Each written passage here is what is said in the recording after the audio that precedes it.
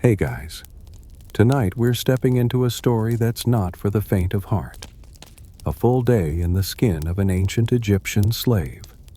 The forgotten hands that hauled stones heavier than hope under a sun that didn't forgive to build the pyramids the world still praises, yet no one remembers them. This isn't about pharaohs. There's no gold, no glory, just sweat blood and the wheezing breath of the damned echoing through desert heat. It's a story of survival brutality and the kind of resilience no one asked for but history demanded. Before we descend into this ancient nightmare, take a second to subscribe, but only if you genuinely believe stories like these deserve to be told. And let me know in the comments where you're watching from and what time it is for you. It's always fascinating to see this strange, scattered tribe we've formed across time zones.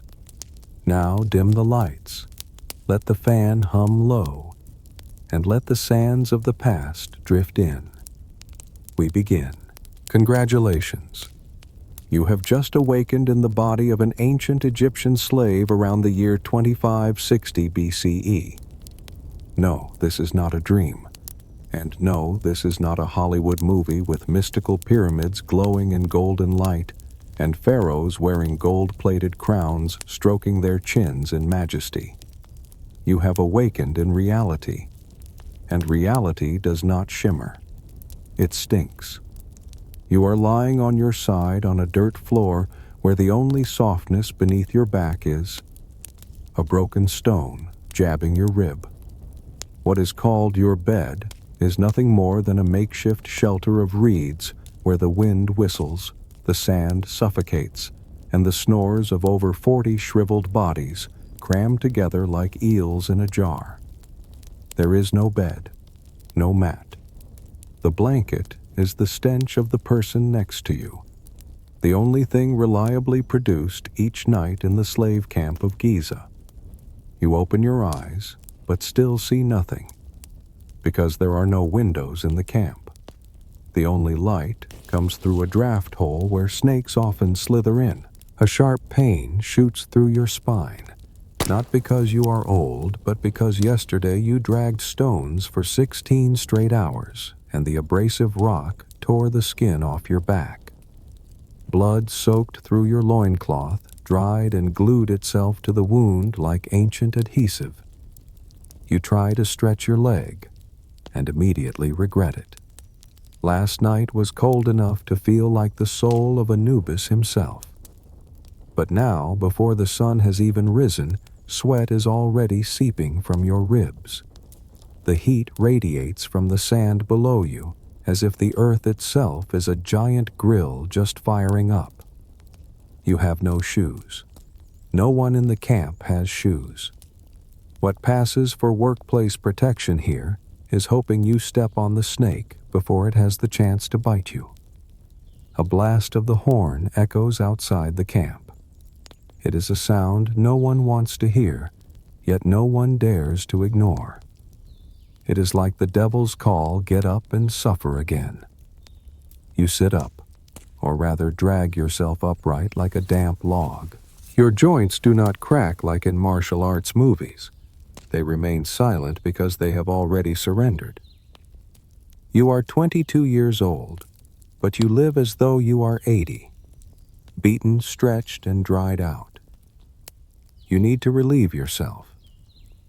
But there is no toilet, no tiled floor, no door. There is a communal sand pit about 40 steps away from your shelter, if no stray dog has claimed it first. You scoop up some sand wipe as best you can and pray you do not get typhoid again. Once was enough. It made you defecate for 3 days straight, lose over 6 pounds, or about 3 kilograms, and nearly get dumped in the mass grave because they thought you were dead. You return to your shelter and grip a chunk of bread. It is not soft. It is not warm. And it is certainly not edible if you still have a full set of teeth. This is bran bread baked from moldy flour mixed with gravel. It is not made for eating. It is a dental test. You chew. Once. Twice. On the third bite, a familiar taste emerges. Sand. Perhaps from the flour. Perhaps from your mouth. Who knows? Water. You drink from a ladle dipped into a clay jar streaked with green moss. Water fetched from a trench near the Nile River. Murky like stew, cold like fate. But at least it is water. Yesterday you drank something that tasted like fermented camel urine. You look around. The slave children are eating too. Bodies thin as twigs, eyes sunken like burial pits, lips cracked and hands caked with stone dust. They do not cry. They do not smile. They have learned how to live without emotion, something adults might call maturity. But here, it simply means survival. The crack of a whip against the camp post jolts everyone to their feet. Not out of strength, out of reflex. Anyone who is slow to rise receives a motivational strike from a bullhide whip, soaked in salt water to enhance the sting. You pull up your loincloth brush off the sand from your backside, not for modesty, but to keep the flies away. Then you step out of the shelter just in time for sunlight to punch you in the face like a blow from the god Ra. It is only 6 o'clock in the morning, and the temperature has already reached 93 degrees Fahrenheit, or about 34 degrees Celsius. Not a single patch of shade, not a whisper of breeze, only an endless sea of sand, and in the distance towering stands the unfinished pyramid like a geometric madness still under construction. You look at it, and it looks back at you, not with eyes, but with weight, because soon you will be dragging your first stone of the day, heavy as a curse. The day has just begun, and it already feels more exhausting than the entire week. Welcome to ancient Egypt, where you do not live, you endure. After a breakfast drier than the Pharaoh Empire's promise of freedom, you feel a pressure rising from within. Not the pressure of work, but the unmistakable call of your bowels beating the war drum. And there is no room for hesitation. In ancient Egypt, relieving oneself is not a private affair. It is a matter of survival and a public test of nerves. You rise wobbling like a mummy with unraveling bandages and drag yourself toward the ceremonial ground. A shallow patch of sandy land behind the shelter a few dozen steps from where you sleep. There is no door, no roof, nothing but sand flies and streaks of dry brown. If you are lucky, there is a wooden stick laid across 2 stones to sit on, a luxury that only appears in the early hours. But today, you are not lucky. A stray dog has claimed the spot, staring at you as though you are the intruder, so you pick an open patch near the edge, the one no one dares to use because rumors say someone once got bitten by a snake mid-relief. You know this feeling well, untying your loincloth under the morning sun, trying to keep balance on sinking sand while fearing a bite to the backside. It does not feel like a human experience. It feels like a reality TV challenge, but the prize is simply not dying. You squat. Sweat trickles down your spine like the Nile flowing in reverse. Around you, over a dozen others are meditating, a collective portrait where everyone stares downward, but no one is truly at peace. The man to your left groans. He seems to be on day 3 of constipation. The man to your right sneezes, and you swear a sneeze in this place is a dangerous gamble. Every muscle spasm is a roll of the dice. There is no toilet paper, no fragrant leaves, no water to wash. What you have is a handful of sand, a flat stone, or a shard of pottery reused with extraordinary courage. Some use straw, but straw here is more valuable than you. You choose sand. At least it is soft and will not tear open your behind. You wipe gently, trying not to look at your own hand, and pray someone invents soap before you die. Next comes the ritual of hand washing, or something resembling it. There is a single clay jar of water nearby shared by all. It is murky green and smells like fermented fish paste gone sour. But your hand just touched a place the sun never shines, so you dip it in out of ritual, not belief. No one laughs. Everyone knows washing is symbolic. The bacteria won long before you were born into slavery. You stand up, brush sand off your backside, and avoid eye contact with the others. Not out of shame, but because in that moment you realize there is nothing left to protect. No name, no personal belongings, no choices. Only one instinct remains: how not to collapse while defecating. You return to your shelter where sunlight has started casting shadows on the cracked dirt floor.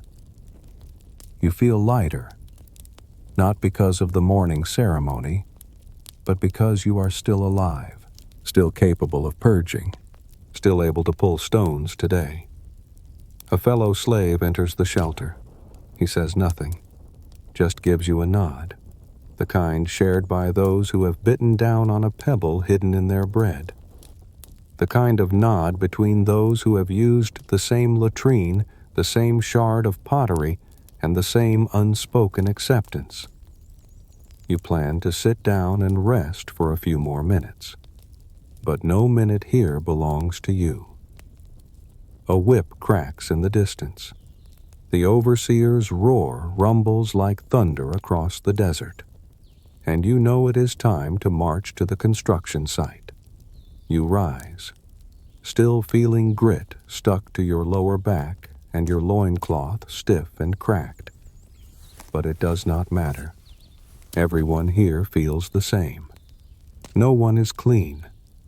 Cleanliness is a luxury reserved for statues and the dead. You adjust your cloth, pick up your fabric pouch of water, a half-boiled, half-filthy brew you will drink while dragging stones. And you step out of the shelter.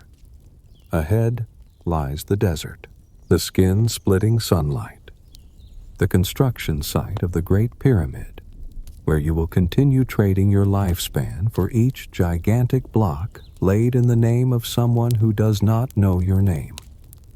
But before that, you have completed your first mission of the day to relieve yourself and survive. And here that counts as a victory. Just when you thought that relieving yourself in the wind-blasted desert, surrounded by flies and stray dogs, was the worst part of your morning. Congratulations, you have underestimated the torture potential of ancient Egypt. Because now comes breakfast, a concept highly romanticized in modern civilizations, but here it feels more like a light sentence for your stomach, which is currently convulsing in protest. You sit close to the ground, back against the shelter wall. There is no table, no chair, no cute wooden tray like in a Netflix series.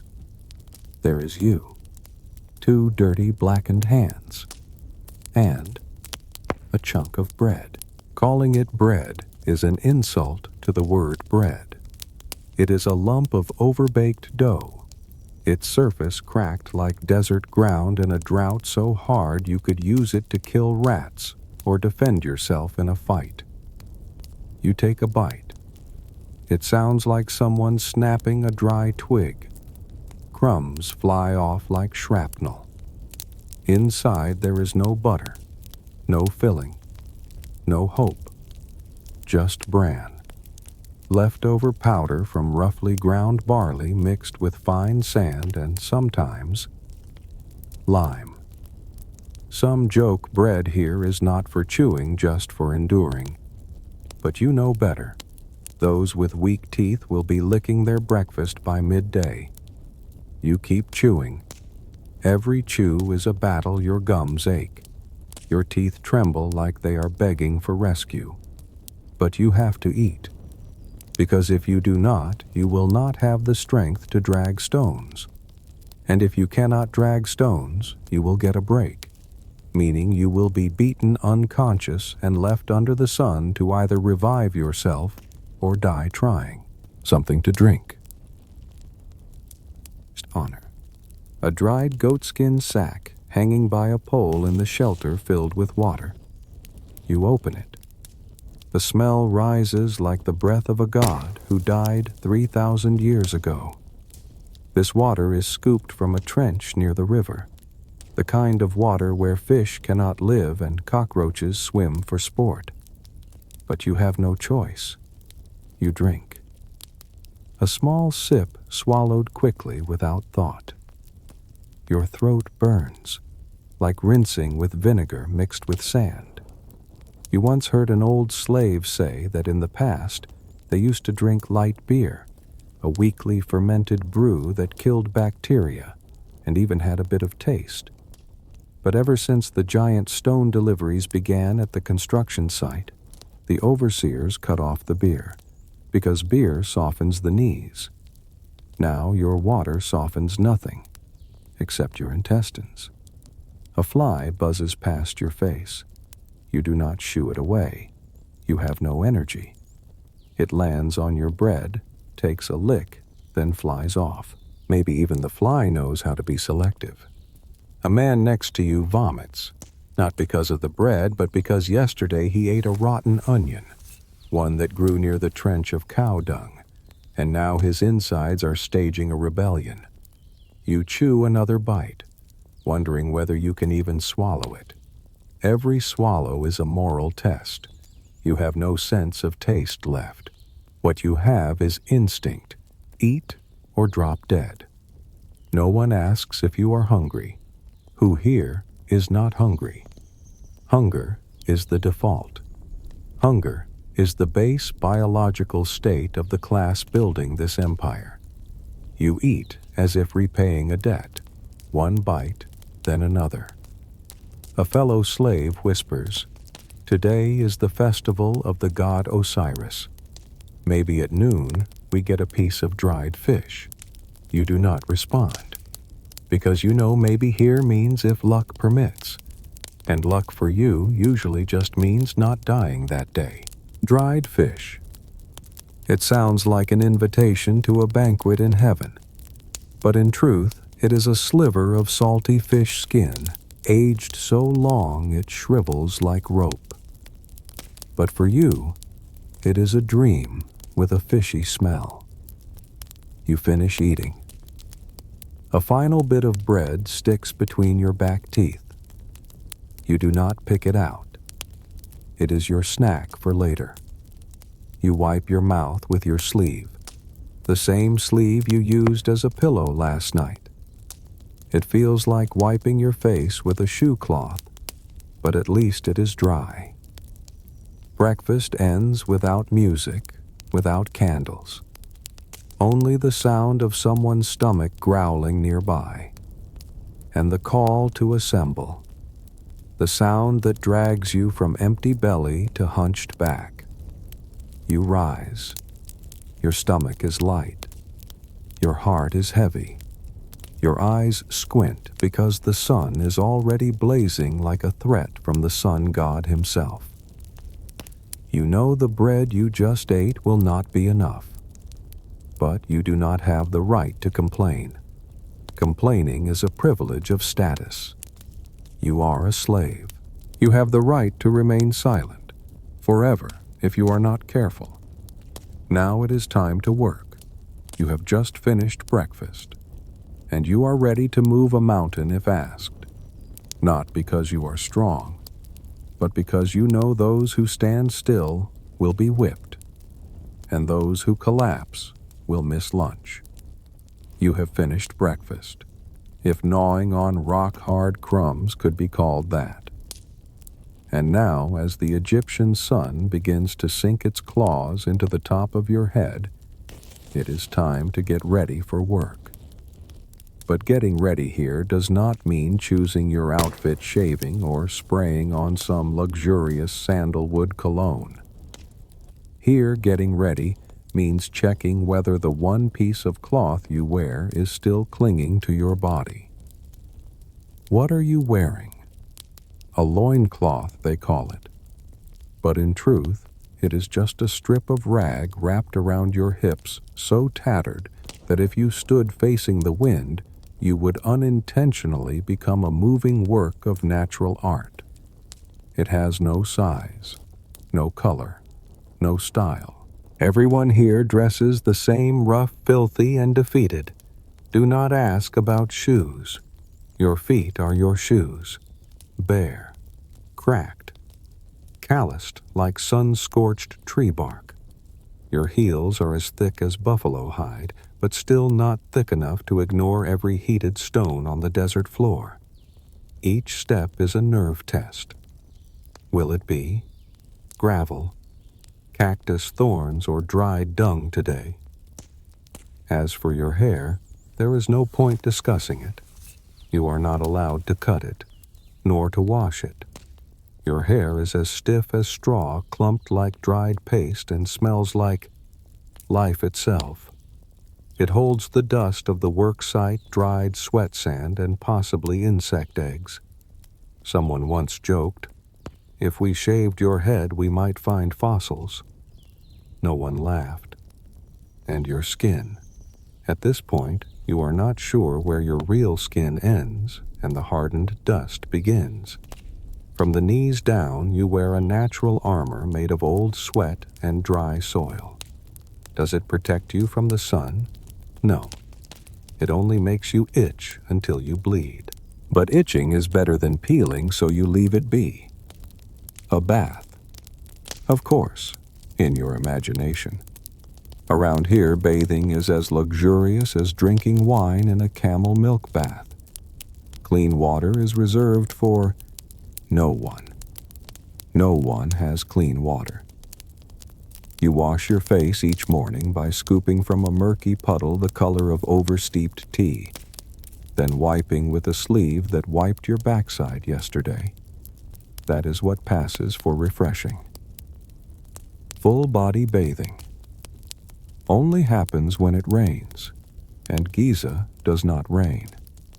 The sky looks down at you as if to say, bathing is a challenge. Cleanliness is a crime. Some say you can scrub your body with sand. Sure, if you are a statue. Humans need soap. What do you have? Fingernails. That is your only tool to scrape away the layer of time stuck to your body. Each night you lie scratching, and when your nails dig deep into your flesh, you no longer know if it is itching or anxiety leaking out through your skin. Yesterday, another slave found a piece of charcoal from an old fire pit. He mixed it with water and rubbed it under his arms, said it would kill the smell. The result? A burning rash that peeled off his skin, leaving a new hole under his arm. Hygiene is a gamble. Trying to be clean can leave you dirtier or dead. You do not have a mirror, but you do not need one. You know what you look like, a walking sack of bones wrapped in dust, tied up with rags, and cloaked in the scent of someone who forgot to bathe in the previous lifetime. But it is fine. Everyone around you looks the same. No one is beautiful. No one is ugly. There is only living, or slowly rotting. Sweat is your perfume. At first it is salty, then sour. Then it dries into white streaks like salt crusts on your skin. And eventually it stops flowing, because your body runs out of water long before it runs out of work. What about dental hygiene? Do you brush your teeth? Yes, with your finger. And sand.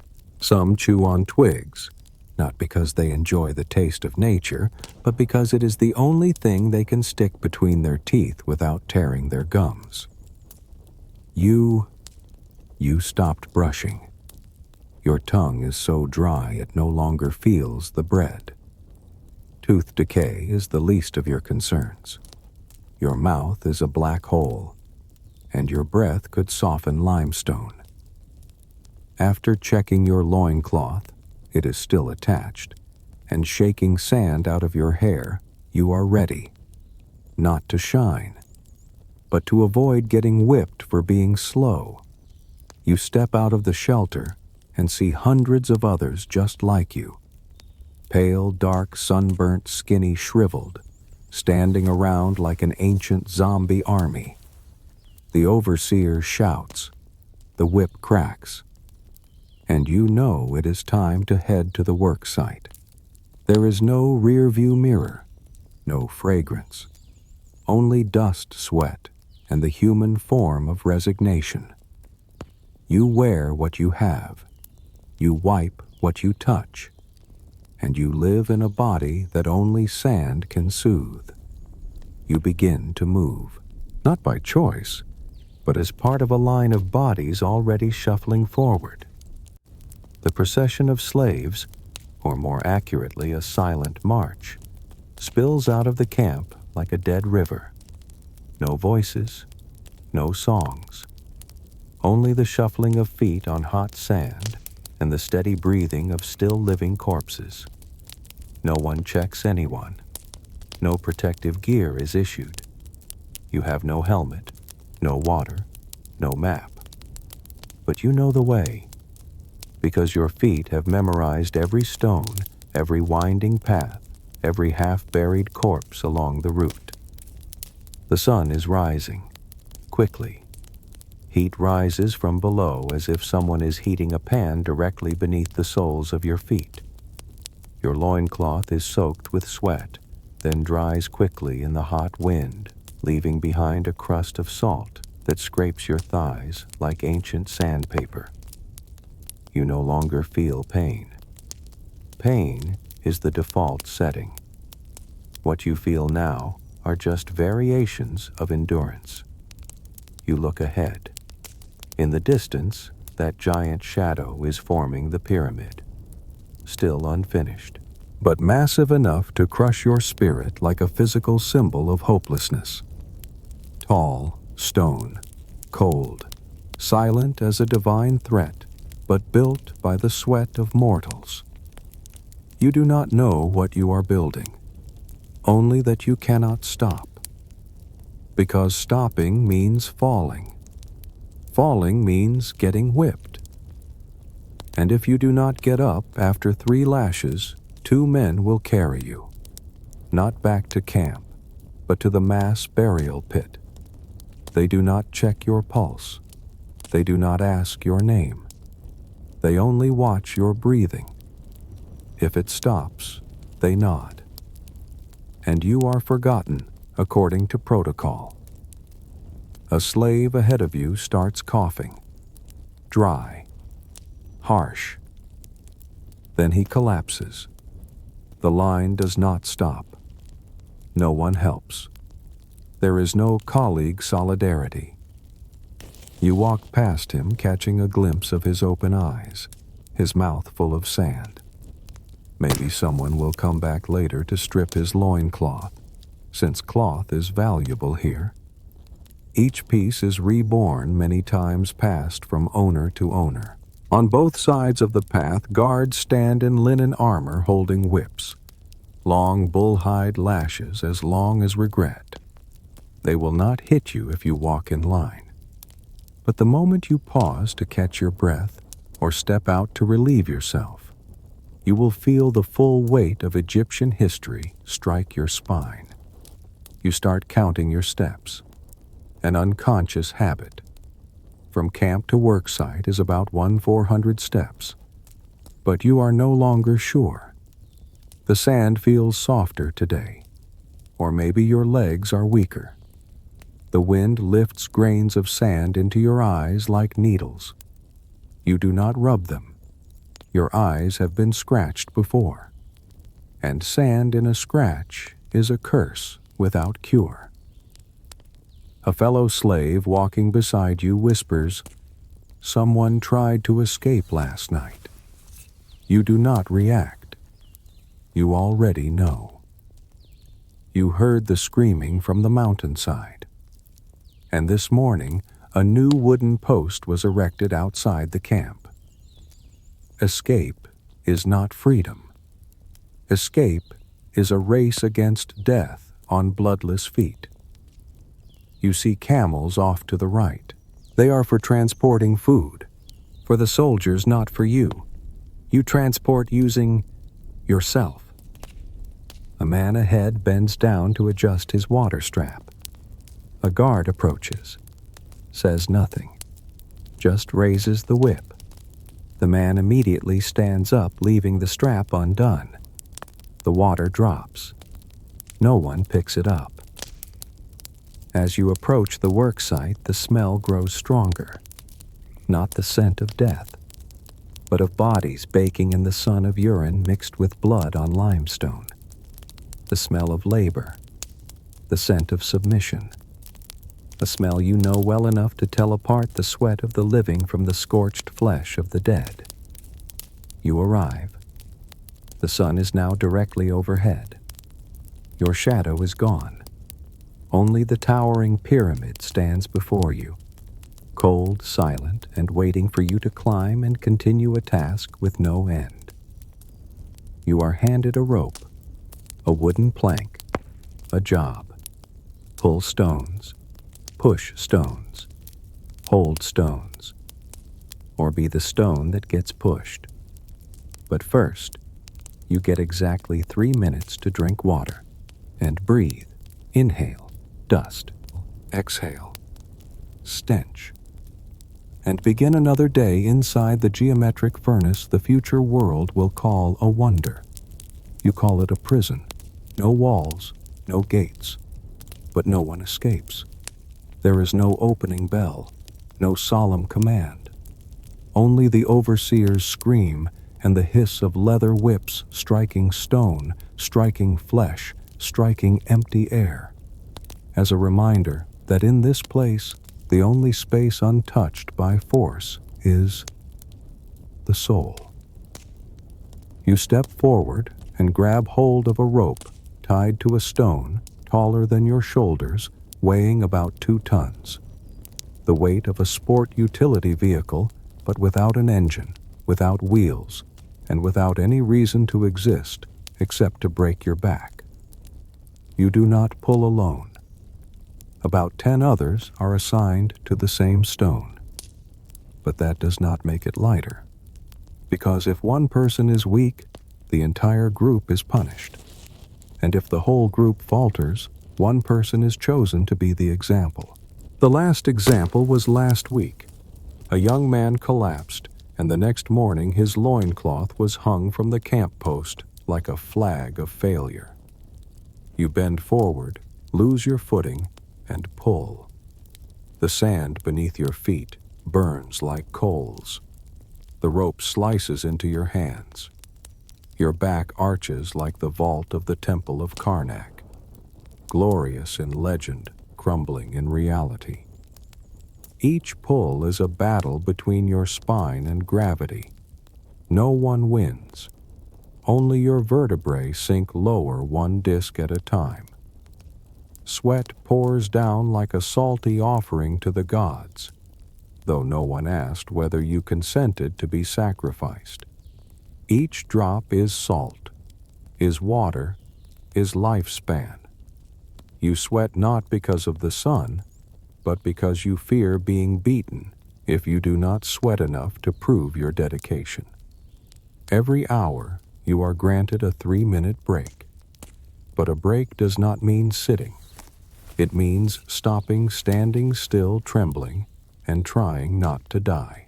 You take the chance to sip some water, that thick liquid inside your goatskin pouch, and spit it out from the stench. There is no choice. You swallow. It is cold like truth and stings like a lie. Someone in your team falls. Not from exhaustion. He stepped on a shard of broken stone and blood spurts out like a snake bite. He screams, but no one turns back. The overseer rushes over, asks nothing, just lifts the whip. 1, 2, 3. If the man does not rise after the third lash, he will be replaced, not by another man, but by a corpse. You look away and keep pulling. The stone knows no pity.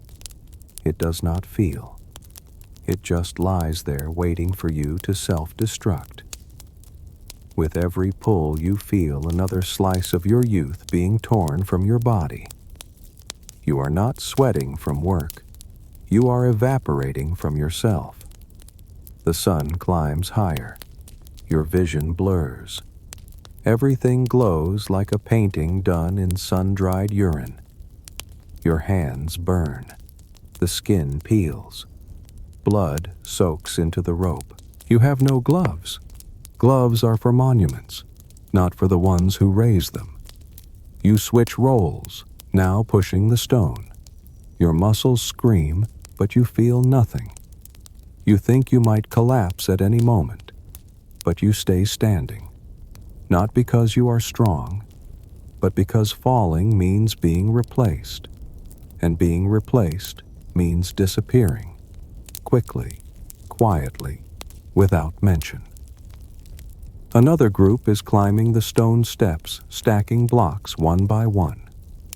They tie the stones to a wooden pulley, hoist them up, set them in place. One man slips and falls. The sound of bones breaking is like the overture to a tragedy. Blood sprays. No one runs to help. The overseer barks, "Continue." And like machinery, the next group steps onto the blood-stained spot unfazed. You do not know what day it is. There is no calendar, only sun, whip, and bone. Someone says today is the festival of Sobek, the crocodile god. Rumor has it there will be dried fish at dinner.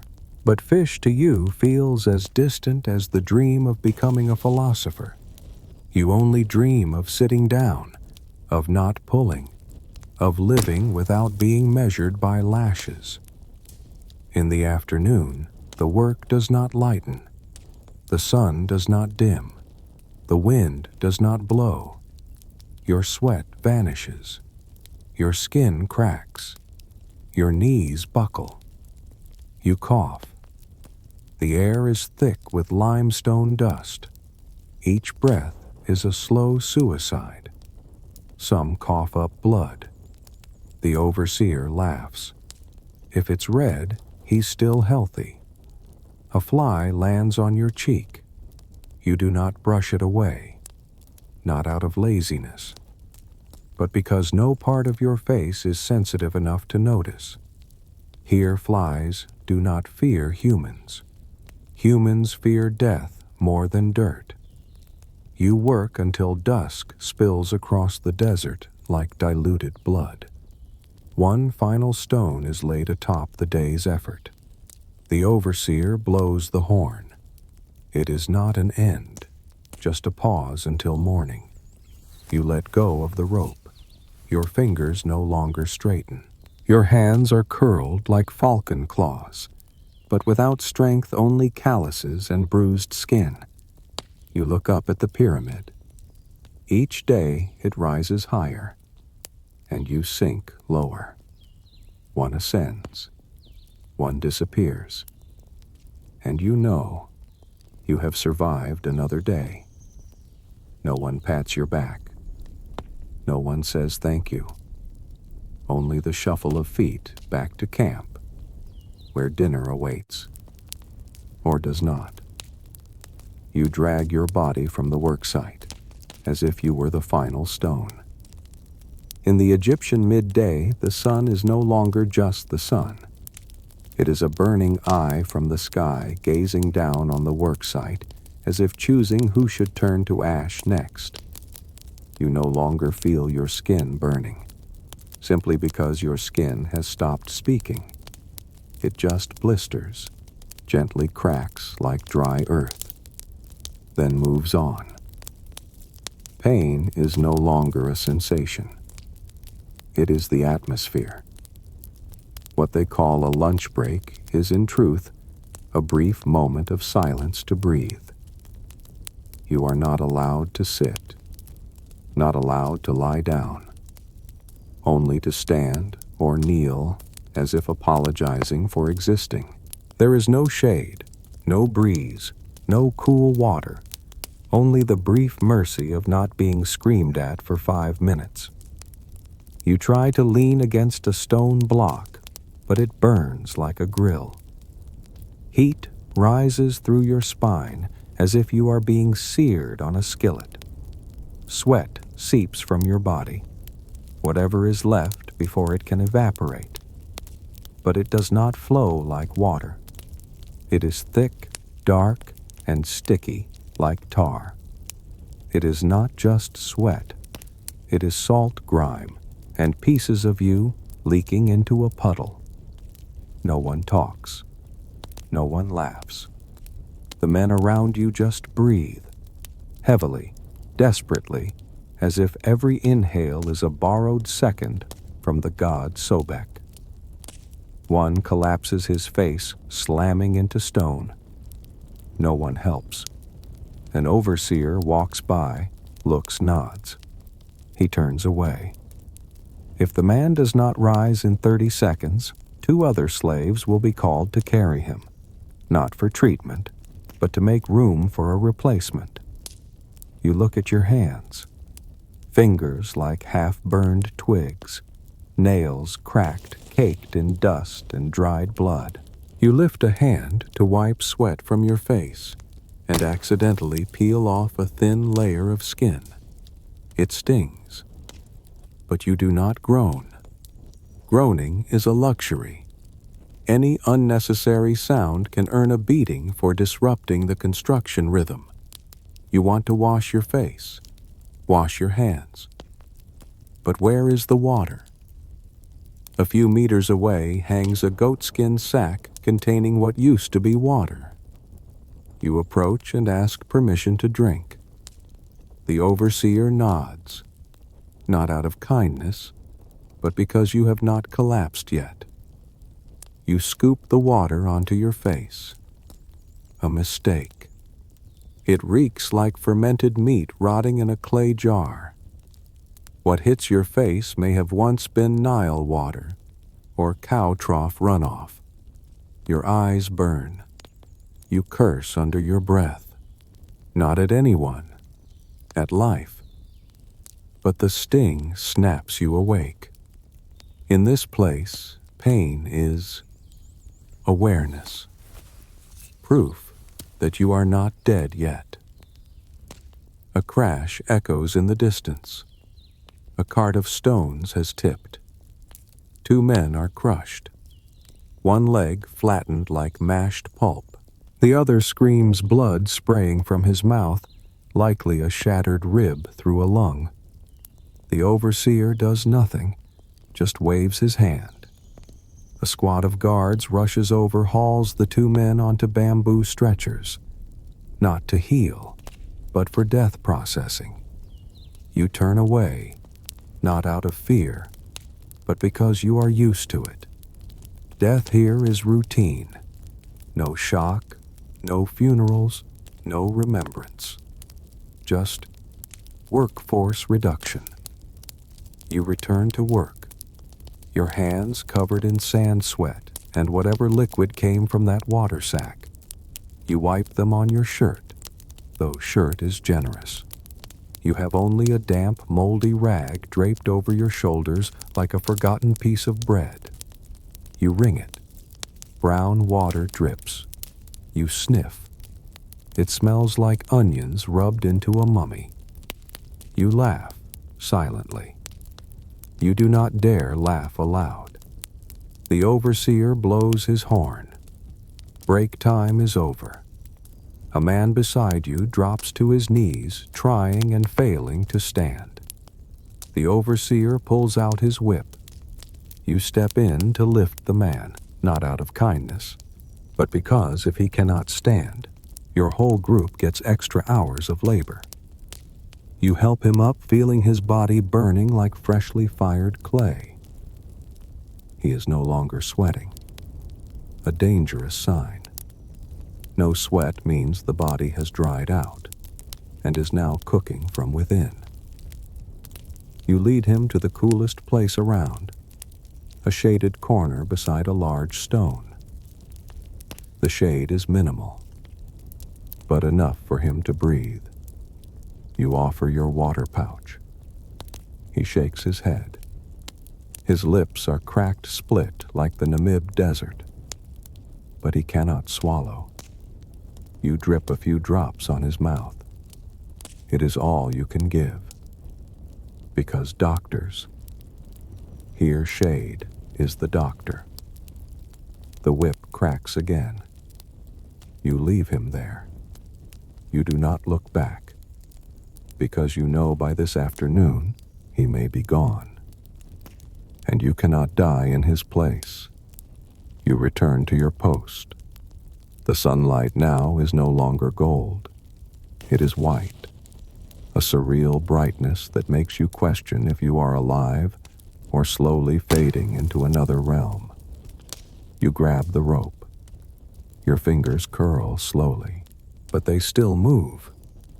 That means you can still work. And working means eating.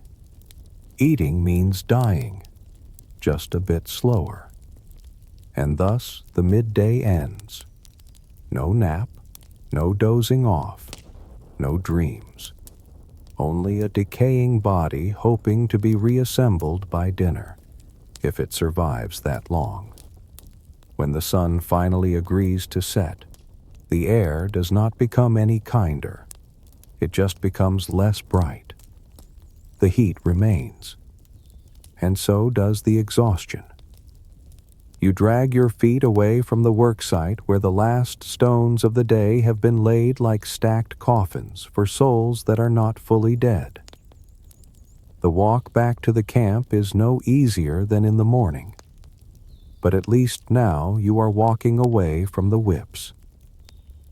Instead, there is silence. No one speaks. No one has the strength. The sun-scorched, cloth-wrapped bodies shuffle like the undead, each step threatening to be the last if a tendon gives out. You feel your body, like a house gutted by a flood. Your back aches as if someone wedged a wooden stake between your vertebrae. Your calves tremble uncontrollably. Your loincloth is stuck to you, whether from sweat, blood, or urine you lost during labor, you do not know. All sensation has melted into one long sting, from the nape of your neck to your heels across even the places no one likes to name. Back at the camp, there is no sigh of relief. No one exhales. Because surviving does not mean living. It is just a ticket to keep existing for another 12 hours. You step into the shelter. It is already packed. No one has a personal space. You squeeze back into your usual corner, where a rock serves as your pillow. It is not soft, but at least it does not bite. Unlike some of your shelter mates, you sit down, let out a soft groan. Not loud. Loud groans are treated as complaints. Complaints here are settled with sticks. You loosen your loincloth. Your skin has fused with the fabric like wax. Pulling it apart takes off a few layers of your epidermis, but you have to do it. If you do not, it will burn until morning. You reach toward the communal wash basin. Basin is generous. It is half a broken clay jar. Inside is something that used to be water, now thick like soup laced with dust. But you wash your hands, not to be clean, but to pretend you are still human. You wipe your face. Mistake. Dirty hands, dirty water, and a scratched up face. It burns like a slap made of acid. You do not curse. Cursing wastes energy. And cursing here might be overheard, which means consequences. Someone hands you a chunk of hard bread, your dinner. You do not ask where it came from. You already know the boy who slept next to you died of a fever last night. It might be his portion. The cycle moves fast here. Death empties one mouth, and the camp wastes nothing. You chew. The bread is hard, not moldy, but only because there is nothing left in it to mold. This bread has survived 3 summers. Each bite feels like sinking your teeth into the physical embodiment of despair. When finished, you lie down. There is no pillow. You rest your head on your arm, not because your arm is clean, but because it is yours. Someone beside you is scratching. The sound is a slow, steady rasp, like a fire smoldering. You understand. Lice, fleas, scabies. They all have permanent residence on your skin. You scratch too, not because you itch, but because if you do not scratch, you might start thinking. And thinking is dangerous. Here, hope is the fastest spreading disease, and the most swiftly executed. A child cries in the shelter. No one soothes. No one scolds. It is just a background sound like insects. Crying from hunger, from pain, from dreams of something warm. No one knows. You no longer dream. You sleep like fainting. No visions, no memories, no expectations for morning. You pull your loincloth back over you. The cold creeps in, not the chill of weather, but of a body retreating from itself. You cough. Your throat burns like fired brick. There is no medicine, no healers. Someone once tried rubbing ginger paste on his neck. He now rests beneath the sand. You close your eyes, but your ears still work. You hear breathing, snoring, the gnawing of rats on leftover crumbs, someone talking in their sleep, and far away the sound of drums. Could be a temple ritual, could be an execution order, could be your imagination. Here the line between real and dream melted under the noon sun long ago. You curl your legs in, hoping that folding smaller will shrink the pain. It does not. Your tendons are stiff, your muscles seize, and you lie still waiting for morning. Tomorrow will repeat. The same number of steps, the same stones, the same bread, the same sweat. But tonight, you are still breathing. And for now, that is enough. The night drifts by like a stagnant pool of water. Not exactly quiet, but still. A chilling stillness, where the sharp, ragged breath of the man beside you becomes the soundtrack of survival. You lie there, dreamless, motionless. Every muscle in your body has been used to the point of collapse. All that remains is a heartbeat and the distant rumble from the work site, as if the pyramid itself is groaning from being fed with human bones. You roll over. Your back protests, not because of stones, but because of bruises. Every turn is an inner battle between endurance and the instinct to scream. But you stay silent. Here, screaming only wakes others, and being awake is punishment, for everyone has only a few hours to forget they exist. Someone groans. You cannot tell if it is from pain or fear. Maybe the child who cried this afternoon, still unable to sleep. or an old man suddenly remembering he is not yet dead. You do not turn. No one turns. Each person in the shelter is a breathing rock, cold, mute, and weighed down by unspoken truths. You know what day it is, not by a calendar, but by your bones. Your spine cracked at the fourth vertebra. You counted. Each vertebra aches differently, one per day, which means today was the fourth day in this stone-pulling cycle. Tomorrow will be the fifth. If you make it to the seventh without paralysis, you will have survived another week. There are snores, coughs, a soft rustling like a snake slithering along the wall. It might be a rat, or perhaps two slaves sharing a leftover crumb, or a fleeting illusion of human tenderness. Love exists here in a uniquely Egyptian form. Few words, many bruises, and never more than a glance before getting caught. You think of tomorrow, not in hope. You just wonder whether you will open your eyes in time not to be mistaken for a corpse. Because if you sleep too deeply, if your heart forgets to beat, your body will be wrapped in your loincloth, hoisted onto someone's back, and dropped into the communal pit behind the camp. No funeral, no prayer, just someone else lying in your spot by nightfall.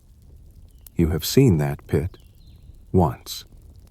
There is a wooden sign above it carved in hieroglyphs, "Return to the earth." You are not sure if earth is meant literally or metaphorically, but you know down there it ends. No one will speak your name. No one will remember you existed. No one will know how many years you pulled stones, how many lashes you endured, or whether you ever laughed once when it rained in the desert. And then you see the pyramid again, in your mind. Not the completed one, the work site you left this afternoon, the last stone you dragged. It is still there, breathing with your sweat, waiting to be placed. You are a part of it, not in some sacred sense, but in the flesh and blood way. A piece of your skin dried on the rope. Your blood once dripped on the ground. Your breath once lingered in its crevices. When the pyramid is finished, it will not only be Pharaoh's tomb, it will be a graveyard for the nameless. You are nameless. You curl your legs in. Cold seeps into every crevice of your body. You do not know how many days you have left. No one does. Maybe you will not wake up tomorrow. Maybe you will, and fall during labor. Or maybe you will live until your hair turns gray, if you still have hair. But one thing is certain tomorrow, you will pull again. Pull stones. Pull your own body. Pull the thread of your life wearing thinner with every breath. You close your eyes, not to rest, but because you can no longer keep them open. Tonight, you do not dream of heaven. You do not dream of freedom. You do not dream at all. And that is your greatest victory. You have just lived an entire day in the skin of an ancient Egyptian slave. You woke up on hardened dirt, ate sand-laced bread, dragged stones heavier than your ancestors' sins endured, whips, heat, thirst, hunger, pain, and lay down in silence. No identity, no power, nothing except the obligation to continue. And do you know the bitterest truth? You did not build the pyramid. The pyramid consumed you. If you are still here, still reading this final line, breathe. Because perhaps you have just come back to life from an existence that should never have been. And tomorrow, you get to be something other than a slave. Congratulations. You escaped. They did not. On June 22nd, 1633, in a cold and solemn building in Rome, a 69-year-old man stood with his head bowed before the Inquisition. The black robes of the cardinals loomed like medieval phantoms, surrounding him with authority and shadow. In his hand was the Bible, and on his lips a confession. I, Galileo Galilei, publicly renounce curse, and reject the opinion that the sun stands still and that the earth moves around it.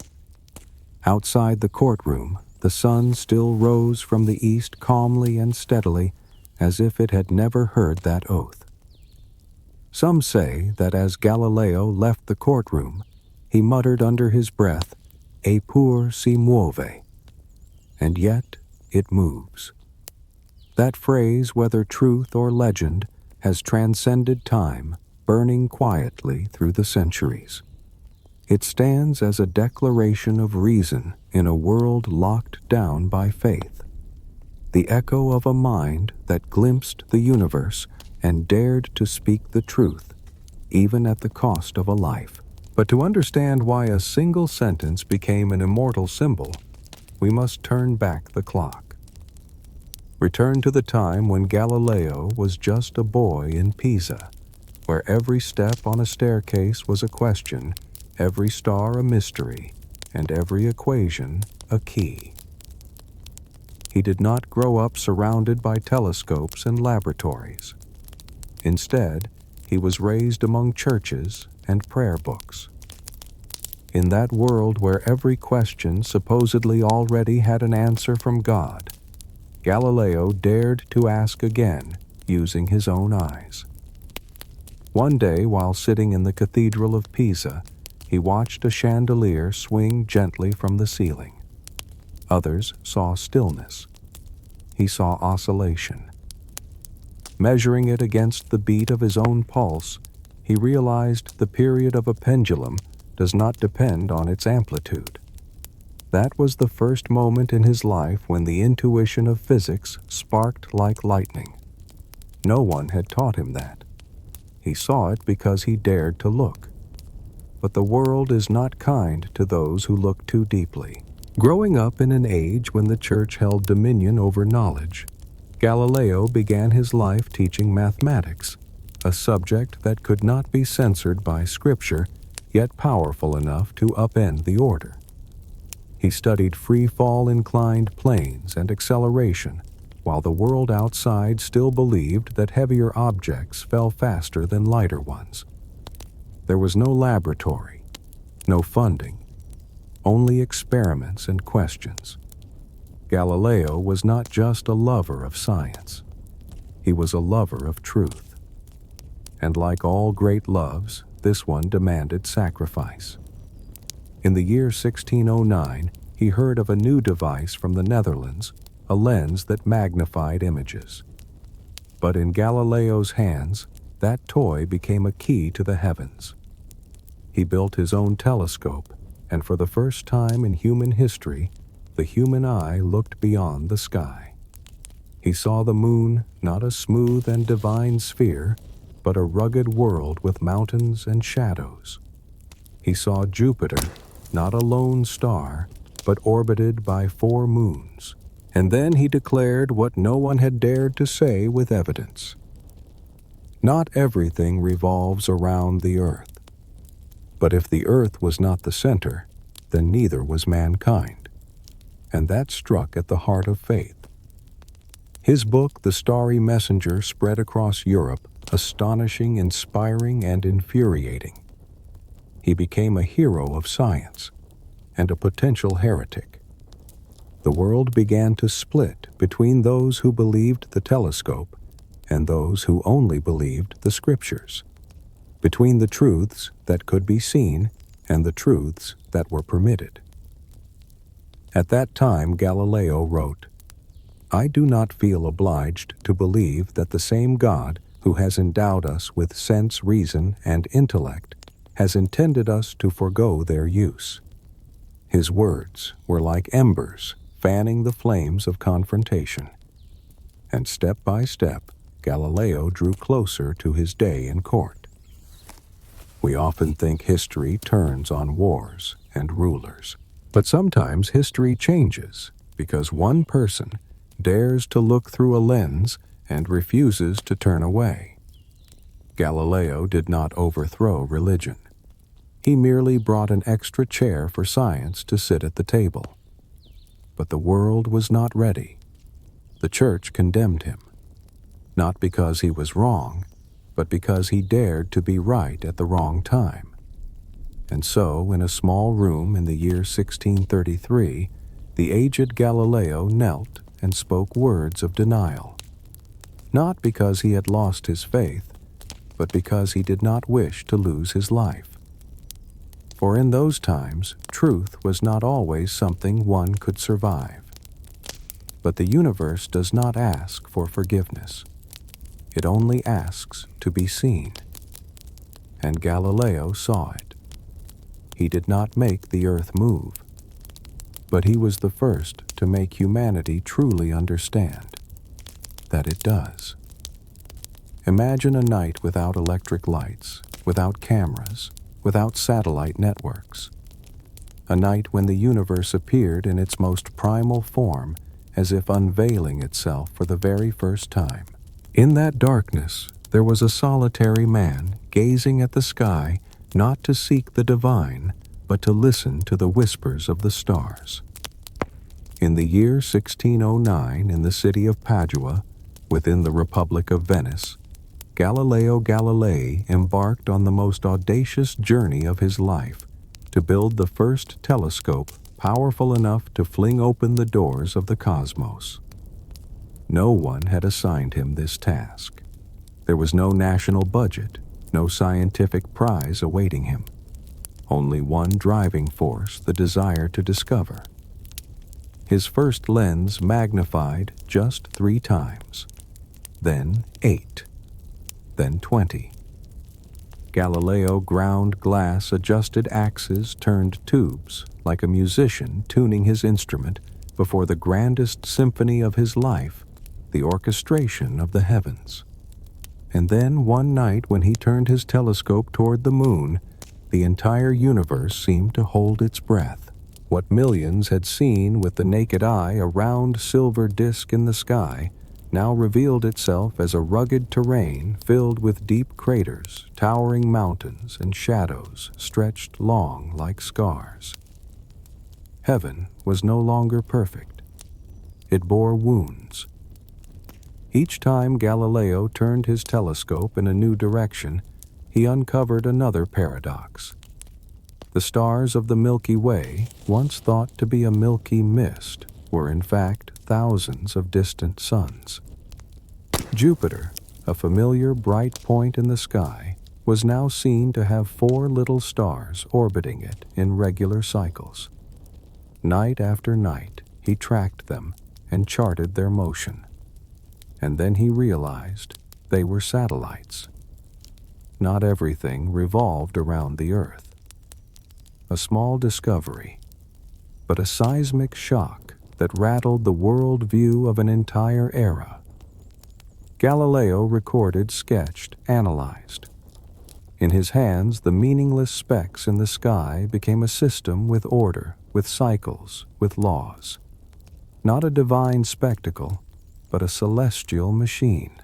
And he was the first to press his ear to the brass tube and listen to the sounds of nature. When he published Sidereus Nuncius, the starry messenger, Galileo brought more than just images. He brought a manifesto.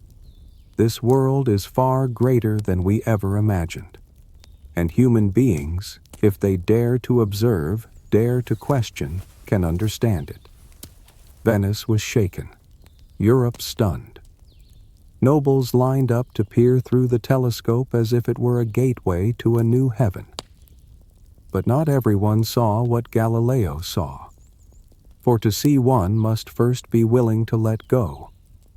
Let go of Earth as the center. Let go of the ancient belief that the universe was arranged for humanity. Let go of the comfort offered by doctrine. Many looked through the lens, but saw only meaningless smudges, because they did not believe they could not see. Galileo understood not every pair of eyes is forged to see the truth. He pressed on. Observing Venus, he saw it had phases like the moon, something only possible if Venus orbited the sun, not the earth. He sketched sunspots. The sun was not flawless. It had blemishes. It had swirls. He measured its movement. The sun, too, was spinning. So, if planets orbit the sun, if the sun rotates on its axis, if heaven itself is imperfect, then what remains sacred? Galileo never claimed to be an enemy of religion. He was a Catholic. He prayed. He wrote of God. But he believed that God did not write scripture in Latin, but in mathematics, in light, in the laws of motion. The Bible teaches men how to go to heaven. Astronomy teaches how heaven goes. But such words were too dangerous to speak aloud. For in those times, a scientific truth could be treated as a sin. From Padua, Galileo was invited to Florence to serve as court scientist to the Grand Duke of Tuscany, a prestigious position, but one that placed him squarely on the fault line. For in Florence, close to the Vatican, every word could be recorded. Every question could be labeled heresy. Yet Galileo, like the very stars he studied, did not retreat. He moved forward. If he could prove that the universe worked in a new way, then perhaps humanity could live in truth without being burned by old beliefs. He was not merely an observer. He was a translator interpreting the language of the universe into words humankind could understand. But every translation comes at a cost, and that cost Galileo would soon have to pay. There are questions that once asked change the course of humanity, but there are also answers that once spoken terrify people so deeply they are called heresies. Such was the case for Galileo when he chose to stand behind an idea that had been forgotten for nearly a century, the heliocentric theory of Nicholas Copernicus. Copernicus, a Polish priest, once proposed a strange hypothesis that it was not the sun that revolved around the earth, but rather the earth that revolved around the sun. During his lifetime, he did not dare to publish his theory widely. He understood that belief could kill a man before he even had a chance to explain himself. But Galileo was different. He had a telescope. He had evidence. He had faith in reason. And he had one dangerous habit: writing. Galileo wrote with a pen like a blade, sharp, provocative. He did not merely claim that Copernicus was right. He declared that those who denied it were blind. He held nothing back, concealed nothing. His pages burned with fury, for they were written with the light of the stars and with the anger of a mind forced to pretend it had not seen what it had clearly seen. In his Lettere Copernican, he wrote as though persuading the world, but also as if defending himself before a trial that had yet to come. He quoted scripture, cited theologians, and argued that understanding astronomy was not an act of rebellion against God, but a pursuit of understanding how God operates. But the religious authorities did not believe in arguments rooted in logic. To them, Galileo was not merely discussing astronomy. He was toppling an order. Because if the earth was no longer the center, then neither was the church. If mankind was not the pinnacle of creation, then power was merely a temporary arrangement. Galileo was not just redrawing the map of the universe. He was redrawing the map of authority, and that was unforgivable. In the year 1616, the Catholic Church officially declared the heliocentric theory to be heretical, dangerous, and contrary to the Holy Scripture. The works of Copernicus were banned. Galileo was warned. He was ordered not to teach right or defend the theory any further. He nodded. He fell silent. But he never truly stopped. He continued to observe, to write letters to friends, to teach in the shadows. For once the truth has been seen, it cannot be forgotten. Then an opportunity arose. In 1623, a longtime friend of Galileo, Cardinal Maffeo Barberini, was elected Pope Urban VIII. This was the same man who had once praised Galileo as the decipherer of God's mysteries. Galileo believed his time had come, a time when science and religion could sit together, gaze at the sky, and say in unison, "Behold, how great is God."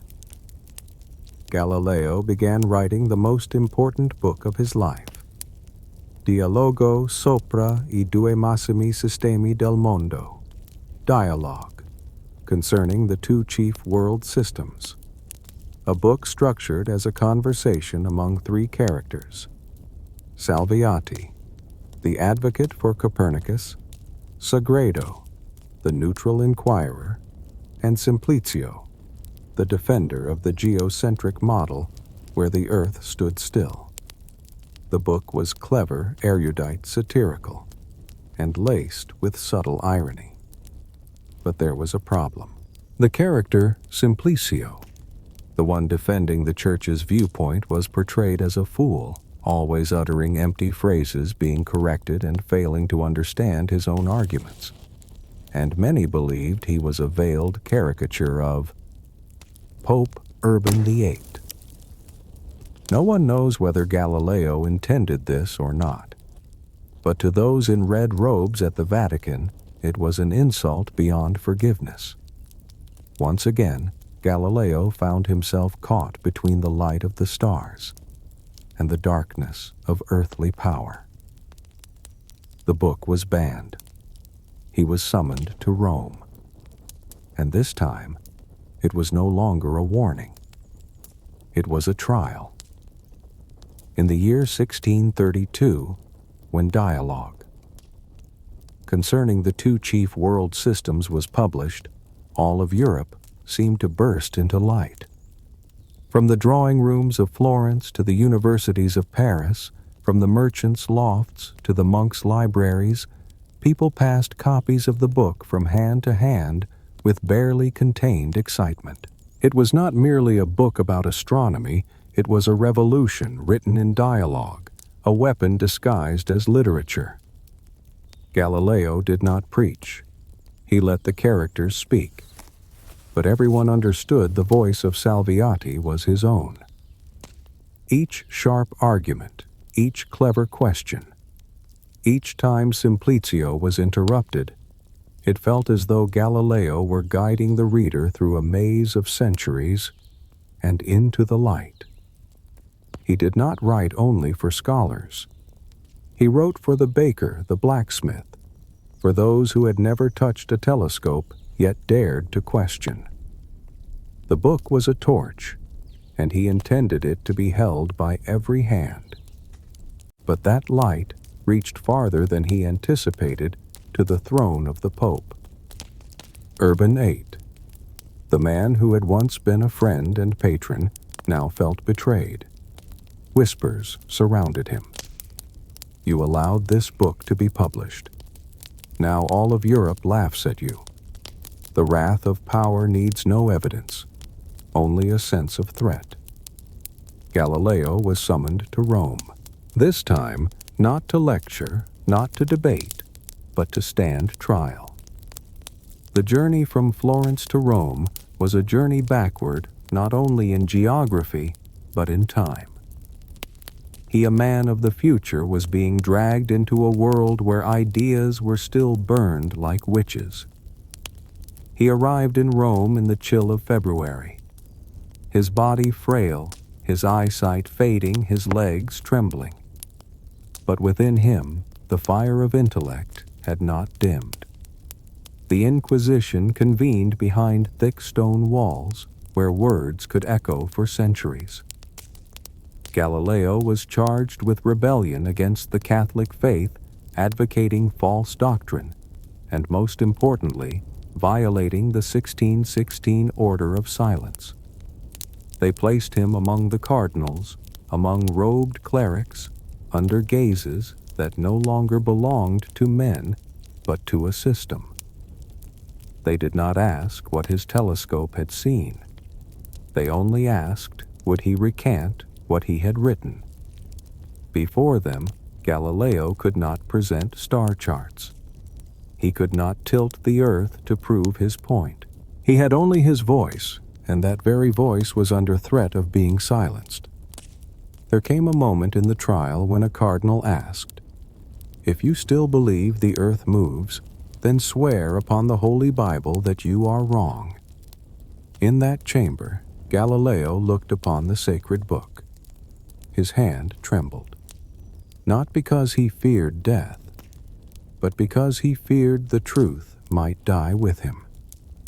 He knew that if he refused, they would use him as proof that science was dangerous.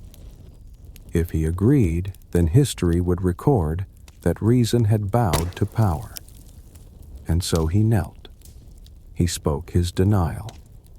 He declared that he had erred and promised never again to teach the heliocentric theory.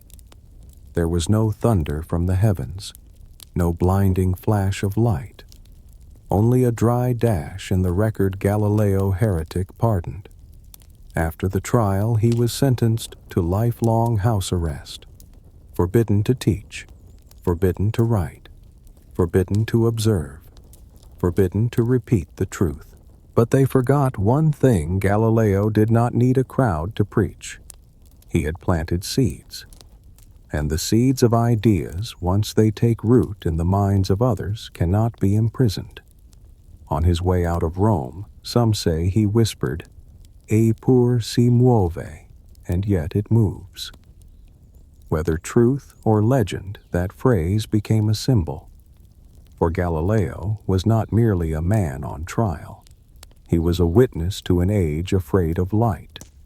When he returned to his confinement in Arcetri, his vision had dimmed, but inside he still saw the universe. He began writing Discorsi, a treatise on motion and force that would later lay the foundation for Newton.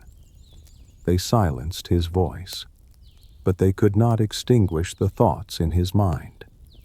For Galileo was not a man who challenged doctrine. He was a man who challenged the habit of not asking questions.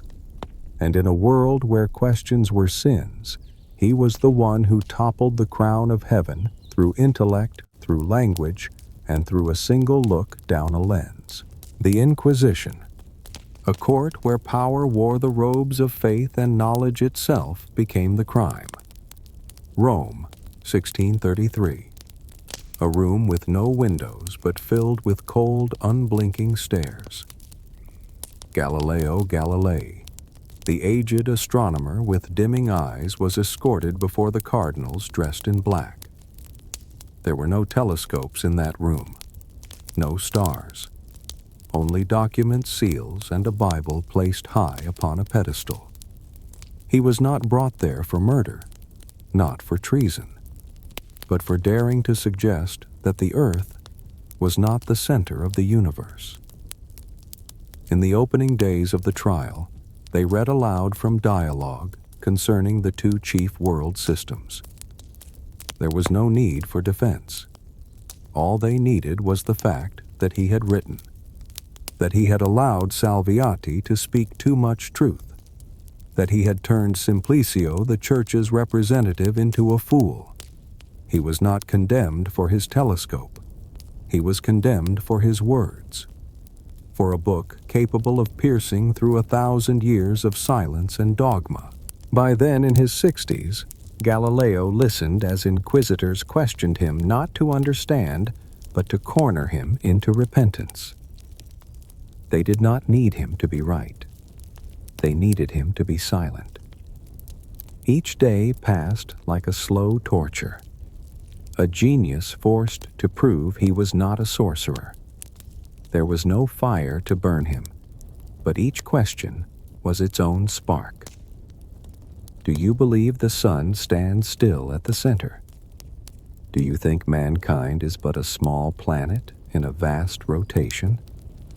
Do you admit you have taught against Holy Scripture? Outside the courtroom, the city lived in ignorance. Carriages rolled on. Church bells chimed. Priests still preached about heaven above and divine order. But at the desks of those in power, a trial was underway that judged more than just Galileo. It was judging the idea that the world could change. That truth did not descend from the throne, but from the telescope. Midway through the trial, Galileo was granted a day to speak. He stepped forward. His voice had lost its strength, but his gaze still reached toward the invisible sky. He said he meant no offense to the church, that he only reported what his eyes had seen, that he believed God had given humans reason not for blind obedience, but for discovering his creation. But the cardinals did not listen with their ears. They listened with history. They feared that if Galileo was right, then they had been wrong for centuries. And no one can bear the thought of having taught the world a lie. On the day of sentencing, he was forced to kneel. Before the Bible, before the church, before the old world. He declared himself mistaken. He retracted the Copernican theory. He renounced what he had once written. There was no thunder, no blinding flash, only the image of a genius forced to kneel before a faith that no longer looked to the stars. They say that after his renunciation as he stood, he whispered a phrase that would live forever in history, "Eppur si muove," and yet it moves. No one knows for certain if he truly said it. But people believe it, because they need to believe that amidst oppression and falsehood, a single whisper can still cut through the darkness. Galileo was sentenced to lifelong house arrest at his villa in Artetri, forbidden to teach, forbidden to publish, forbidden to speak with other scholars, isolated from the very world he had once opened. But the universe did not close itself to him. From his small room in the Tuscan hills, he continued to write, to think, to sketch diagrams of force acceleration and motion. The telescope was gone, but now he turned back to Earth, studying how pendulums swung, how objects fell, how forces acted upon bodies. It was during his house arrest that he wrote Discorsi e Dimostrazioni Matematiche, the book that would become the foundation of classical mechanics. Years later, Isaac Newton would read it and complete the law of universal gravitation. Galileo was forbidden to spread his ideas, but his ideas transcended prison walls, oceans, and even time. Once truth has been seen, no prison is vast enough to contain it. The court tried to close the door to the stars, but what they did not realize was this: they opened a greater door, the one through which future generations would step into the age of modern science. The church's trial ended. But the trial of the horizon, where nature judges every assumption, continues. And in that court, Galileo remains its most faithful witness. Arcetri, a small village in the Tuscan hills, where the wind carries the scent of olives and church bells echo through the evenings. In a modest house there, Galileo Galilei, the man who once conversed with the stars, now lived as a prisoner without bars. A sentence handed down by the church, but also by a world not yet ready to change. They had silenced his voice. But no one could silence his thoughts. No more telescopes, no more lectures, no more audiences gathered around. Only Galileo and blank sheets of paper. And in that stillness, he returned to earth where he had begun and where the laws of nature waited to be written. If the sky was where he uncovered forbidden truths, then it was the earth where he would lay the first stones of a new science. He began writing Discorsi e dimostrazioni matematiche, a title as long as history itself, yet containing within it the perfect simplicity of a mind searching for essence. Galileo studied motion, acceleration, and force. He imagined balls rolling down inclines. He sketched the swing of pendulums. He calculated the curvature of trajectories. To others, it was merely falling objects. But to him, it was the heartbeat of the universe. Without a laboratory, he used his hallway as a ramp. Without a stopwatch, he measured time by the beat of his pulse. Without company, he relied on memory and imagination. It was in isolation that he discovered all objects, regardless of weight, fall at the same rate in a vacuum. It was in darkness that he wrote the principle of inertia, that an object in motion will remain in motion unless acted upon by an external force. Later, Newton would call him a giant upon whose shoulders he stood. But when Galileo wrote those words, there were no accolades, no prizes, no glory, only ink paper and a belief that truth must survive even if it passed through the hands of a prisoner. His gaze now turned not skyward, but inward toward the nature of things. He observed motion as if it were the original language of the world, an invisible symphony played by the universe since the dawn of time. But his eyesight began to betray him. His right eye faded. His left went blind. Cataracts turned the light that once gave him life into a source of pain. Galileo, the man who had seen the craters of the moon, the moons of Jupiter, the phases of Venus, could no longer see his own face in a mirror. Yet he continued to write. A loyal student, Vincenzo Viviani, became his eyes, his hands, and his final listener. Each day, Viviani read to him from books, and Galileo would speak back his thoughts, as if sending a message into the future through another's voice. Because Galileo understood light may leave the eyes, but it cannot leave the mind. One day, Viviani asked him, "Master, do you regret kneeling before the church?" Galileo fell silent for a long while. Then he answered, "I knelt because my body was weak, but my ideas do not know how to kneel." It was not an excuse. It was the voice of someone who had lived with the truth long enough to no longer fear it. He lived like that for nearly a decade of isolation, but also a decade during which his manuscripts quietly crossed borders, copied hidden, smuggled to scholars in France, the Netherlands, Germany. Men who had never met him yet read his words like a faint lamp burning through the night. Discorsi was eventually published in Leiden, the Netherlands, beyond the reach of the Inquisition. It was printed in Italian, not Latin, so not only scholars, but ordinary people could understand.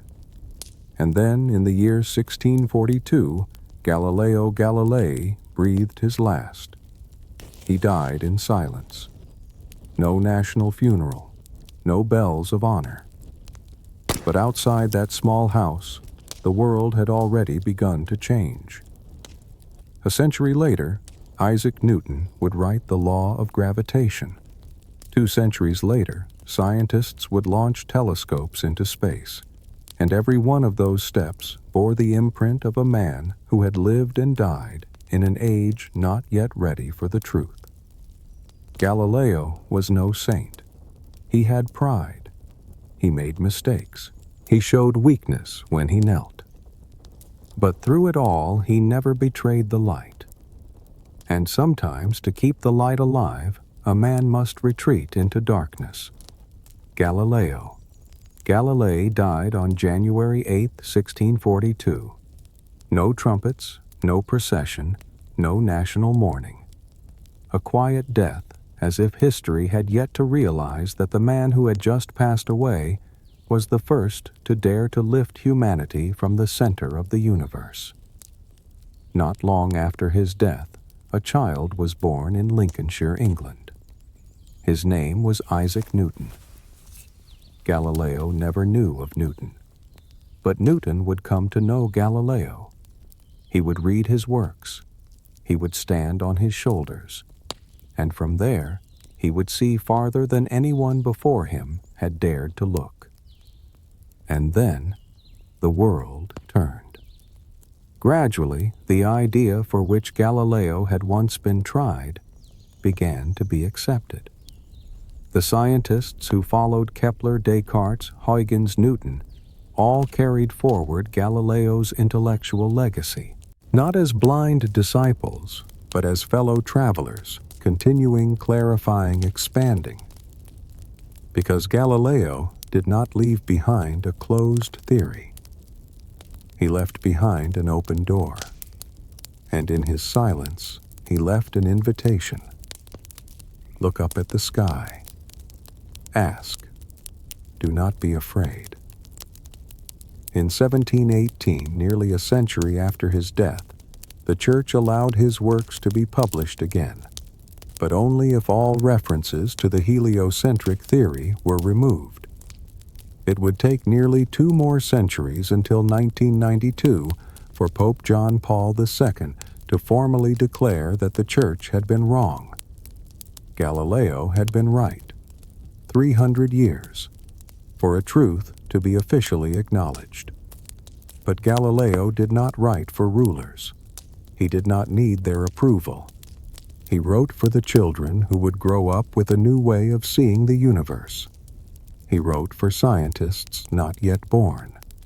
He wrote for a world where curiosity would no longer be punished. A world where looking through a telescope would no longer be heresy, but an act of courage. Today, his name is carved onto craters of the moon. A spacecraft, Galileo, was launched to study Jupiter and its moons. The very celestial bodies he first observed are now photographed in detail by machines he could never have imagined. A modern observatory atop a high mountain in Chile also bears his name. And there, astronomers, the dreamers of the 21st century, continue the work he began listening to the universe. Because there is one thing Galileo left behind that is greater than any invention, any book, or any observation. It is a spirit that refuses to accept what is shouted merely because it is loud. A spirit that dares to ask questions even when the answers bring trouble. A spirit that chooses to go against the current, not to rebel, but to discover a truer course. It is the spirit of science, of freedom, of humanity. And every time a child lifts a telescope for the first time and looks at the moon, even without knowing his name, in that bright, wide-eyed gaze, Galileo still lives. Every time a student asks, why every time someone stares into the starry night and feels small, but not afraid, that is when he smiles from somewhere far away. Because Galileo was never just a man. He was the first symbol of a species that understood it was not the center, but still had the courage to explore the entire cosmos. We once believed the earth stood still and everything revolved around it. But Galileo came not to overthrow the order, but to show that in truth, everything is moving. The planet, the universe, and our way of thinking. Galileo once knelt before the tribunal of men. But truth does not kneel. It waits. It waits for those who come next to lift it up and carry it farther, toward the stars. In the dead of night, fire devoured the sky, and even the stones of the city walls seemed to scream. No one truly knows when Troy began to burn, only that by dawn, where once beat the heart of an empire, there remained only cold ashes and the sound of weeping buried in the wind. Troy, a name that evokes glory and betrayal, love and deceit, poetry and the sword. A city that once seemed indestructible became legend not for the way it lived, but for the way it died. And the strangest part of all, it was not torn apart by tens of thousands of arrows, nor conquered by the mightiest army of Greece. It fell because of a gift, inside the belly of a wooden horse. If you think war is about strength, look at Troy. That city stood firm for 10 years against tens of thousands of besiegers. If you believe wisdom is the key, look at Greece, who spent a decade weaving a play just to open the bronze gates of Troy. And if you believe humankind learns from the past, think again. For this story was once dismissed as myth until a madman with a pickaxe unearthed its remains beneath the soil of modern-day Turkey. Troy is more than a place. It is history's brutal whisper about what brings human beings to their knees: blind faith, love made divine, and pride without limit. That night, a lone sentry stood atop the city wall, staring into the empty horizon. The Greeks had retreated. The battlefield lay silent, littered with broken stakes and blood-stained footprints. In the center stood a colossal wooden horse, harmless, motionless, as if the enemy had left behind a final insult to mock their own defeat. The people of Troy poured into the field, jubilant. Children reached out to touch the horse's hooves, and priests performed rites beneath the sky. The horse was hauled inside the city through the very gates the enemy had failed to breach in 10 years. No one knew that hidden within its belly were Greece's most elite warriors, breath-held daggers drawn, listening to the footsteps echoing from above. A gift, a lie carved in timber, and a fracture beyond repair in the human heart trust. Troy is the ballad of a place that never believed it could be betrayed, a city that seemed eternal only to be revealed as a painting brushed in pride and illusion. And so it did not simply fall in stone, it collapsed in faith. Modern audiences might see themselves in that story. We still accept gifts from those who once sought to harm us. We still invoke love as the reason for every mistake. And we still walk through thresholds without checking what lurks in the shadows behind. Centuries later, the archaeologist Heinrich Schliemann believed that the tale in the Iliad was no mere myth. People laughed in his face. But he kept digging day after day until he found Troy. Not just one layer, but many stacked upon one another. Each layer a city rebuilt after ruin. Each reconstruction a sign that humanity had yet to learn how not to repeat its mistakes. Troy is the dream of humankind, of glory, of immortality, of love that defies all bounds. But it is also the nightmare that awakens us. Nothing built on illusion comes without a price. And sometimes that price arrives inside the belly of a wooden horse. Have you ever received a gift too beautiful to be true? Troy once did. And for more than 3,000 years, the world has never stopped paying for that lesson. It was not the first arrow, not a declaration of war, but a glance, a look that crossed the sea, wandered into another's heart, and never came back. The love between Paris and Helen did not begin with a scheme nor with hatred. It began as all great tragedies do, in a moment when all was still. Paris, the prince of Troy, handsome, charming, like a nomad carrying dreams born on sea winds. Helen, the queen of Sparta, the most beautiful woman in the world, as if the gods had painted her with moonlight and longing. When the two met, the world had not yet shattered, but time had already begun to count down. It all started with an apple, a divine wedding where the gods had gathered, a golden apple inscribed with the words, "For the fairest." 3 goddesses quarreled over it, and Paris, a mortal, was chosen to judge the most dangerous beauty contest in history. Athena promised him wisdom and victory. Hera offered power and dominion. But Aphrodite, goddess of love, promised only one thing: "I shall give you the most beautiful woman in the world." Paris chose love. He chose Helen. And in doing so, he also chose war. Helen was the wife of Menelaus, king of Sparta, a Greek alliance bound by blood and marriage. But to Paris, she was not a queen.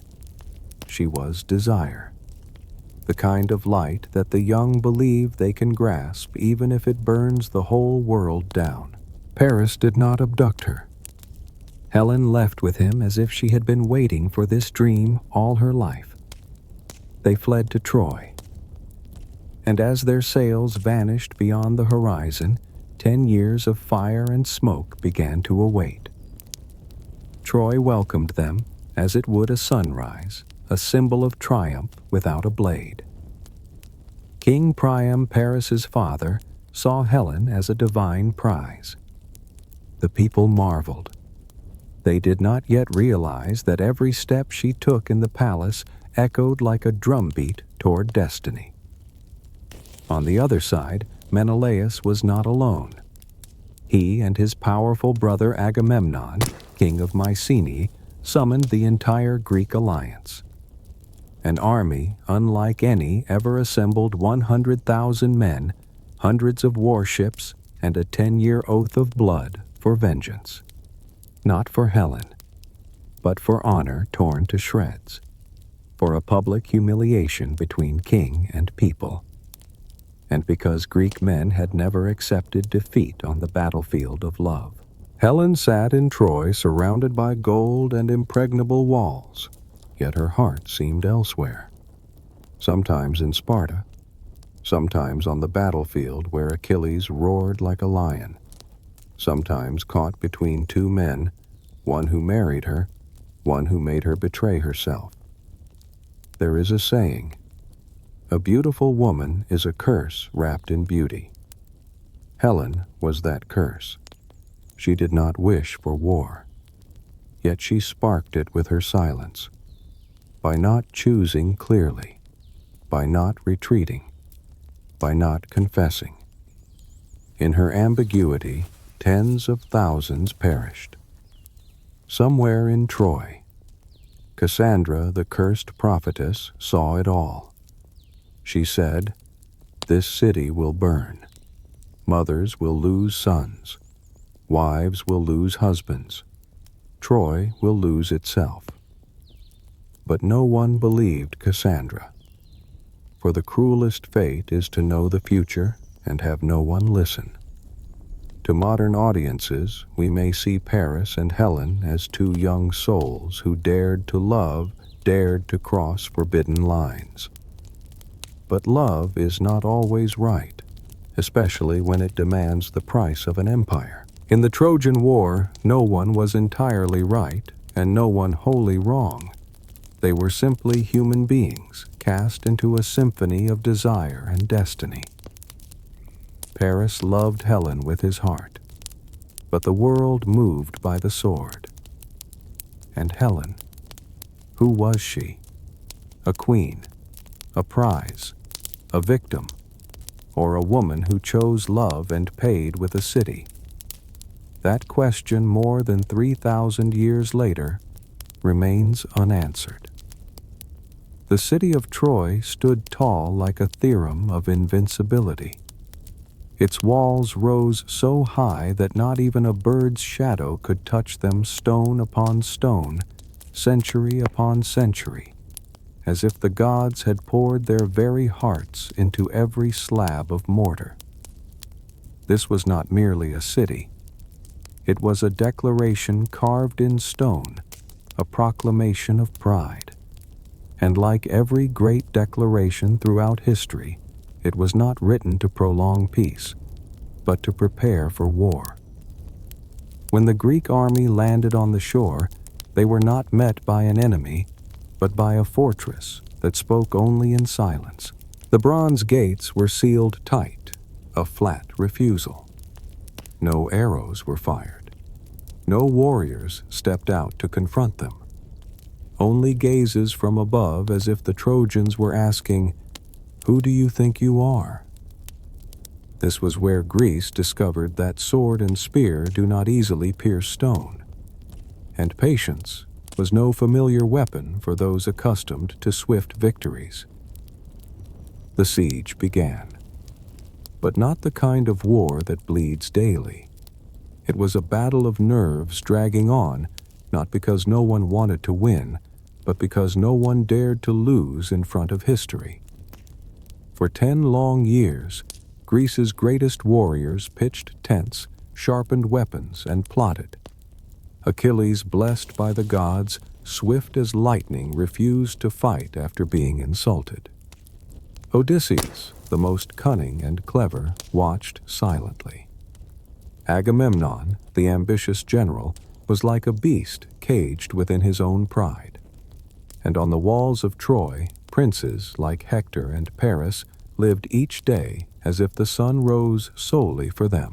No one wanted to be the first to yield. No one understood that this was not a game to be won, but a trial of endurance. This place was not merely a battlefield. It was a stage, and every character was an actor pushed forward by the gods into a play of destiny. Within the city, Hector, the greatest hero of Troy, lived as the shadowed opposite of Achilles, not in strength, but in loyalty. He fought not for glory, but to give his wife and child a dawn that did not burn red. In the Greek camp, Achilles, though invincible, was shackled by his own wrath. He did not kill Hector out of hatred, but because his closest friend Patroclus had died at Hector's hand during a disguised battle.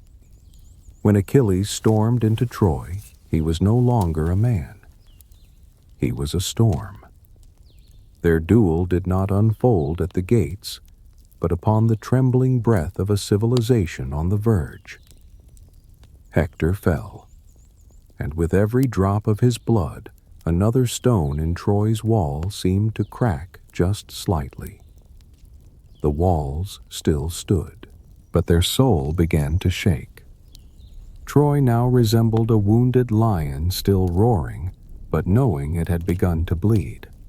Its people still celebrated every time the Greeks withdrew. They still believed they were chosen by Apollo, by Poseidon, who once helped build their walls. But they failed to see one thing: the gods had gone silent. And the silence of the gods is the worst omen in any tragedy. Behind those impregnable walls, Troy was not only defending itself from the enemy, but from itself. Paris, the dreamer prince, remained lost in Helen, as if love alone could ease the war. The elders began to doubt. Trustful eyes turned cautious. Yet no one spoke, for everyone feared that if faith were broken, the city would fall before any blade struck. The walls could hold back fire, could hold back foes, but they could not hold back the cracks forming in the hearts within. To modern audiences, this is a familiar metaphor. We live behind walls of reputation, of power, of technology, and believe nothing can breach them. But like Troy, we do not collapse because our walls are weak. We fall because we fail to see we have been hollowed out from the inside. Troy did not die because Greece was stronger.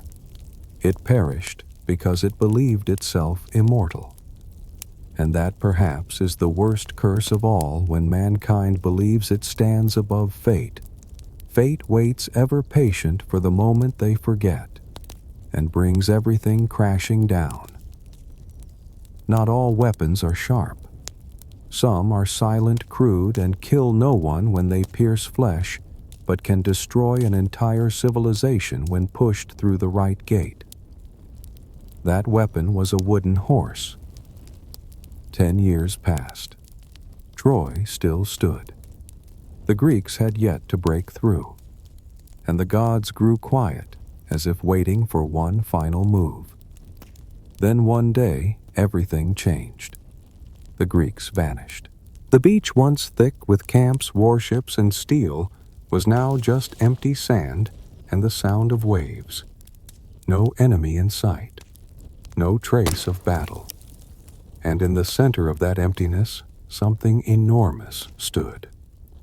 A horse, made of oak nearly as tall as the city gates, carved with strange symbols, standing majestic like a farewell from the vanquished. The people of Troy poured out of the city as if waking from a long dream. They laughed, they danced. They believed they had won without bloodshed. No one asked, why would the enemy leave behind something so beautiful? One man did. His name was Laocoon. A priest older than most, his eyes worn from seeing too many seasons of war. He looked at the wooden horse as if it were smiling at him. He shouted to the crowd, "Beware of Greeks, even bearing gifts." People laughed. They thought he was haunted by the shadows of war, but he was not wrong.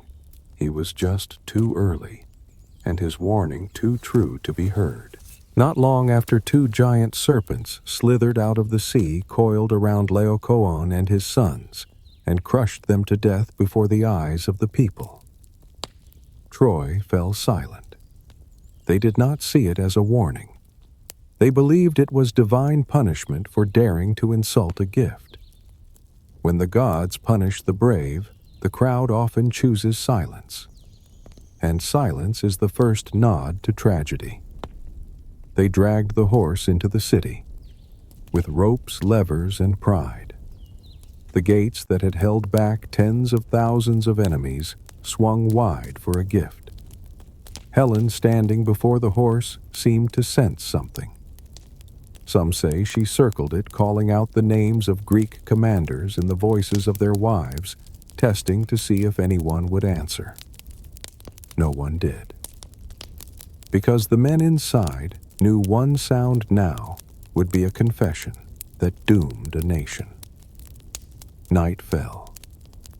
In Troy, the people feasted. After 10 years of fear, for the first time, they slept without armor beside their beds. No sentries stood watch. No patrols walked the walls. In the sky, the moon hung like a cold coin, casting light upon the gate left ajar.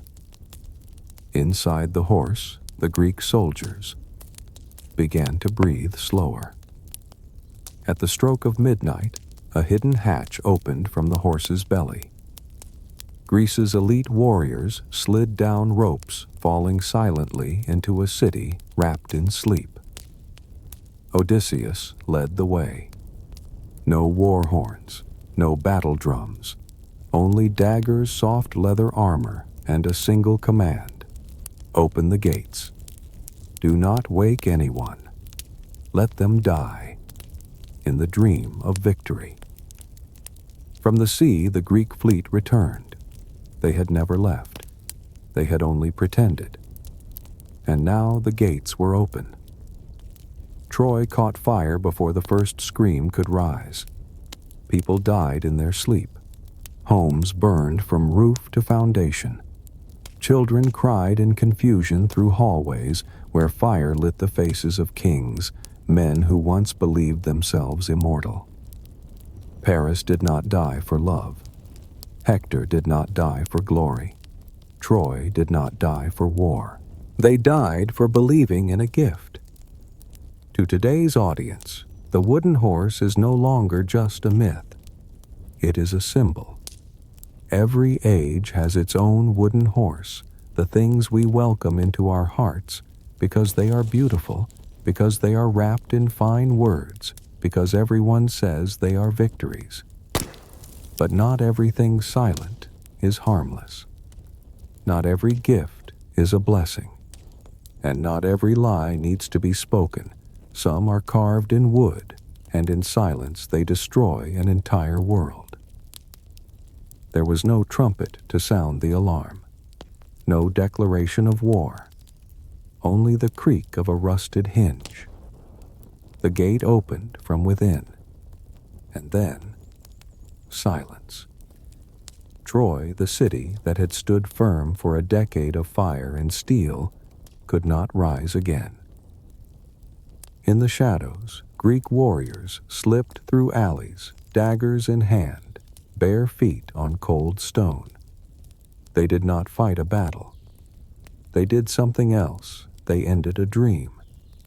Every fire that rose from a rooftop was a memory being burned.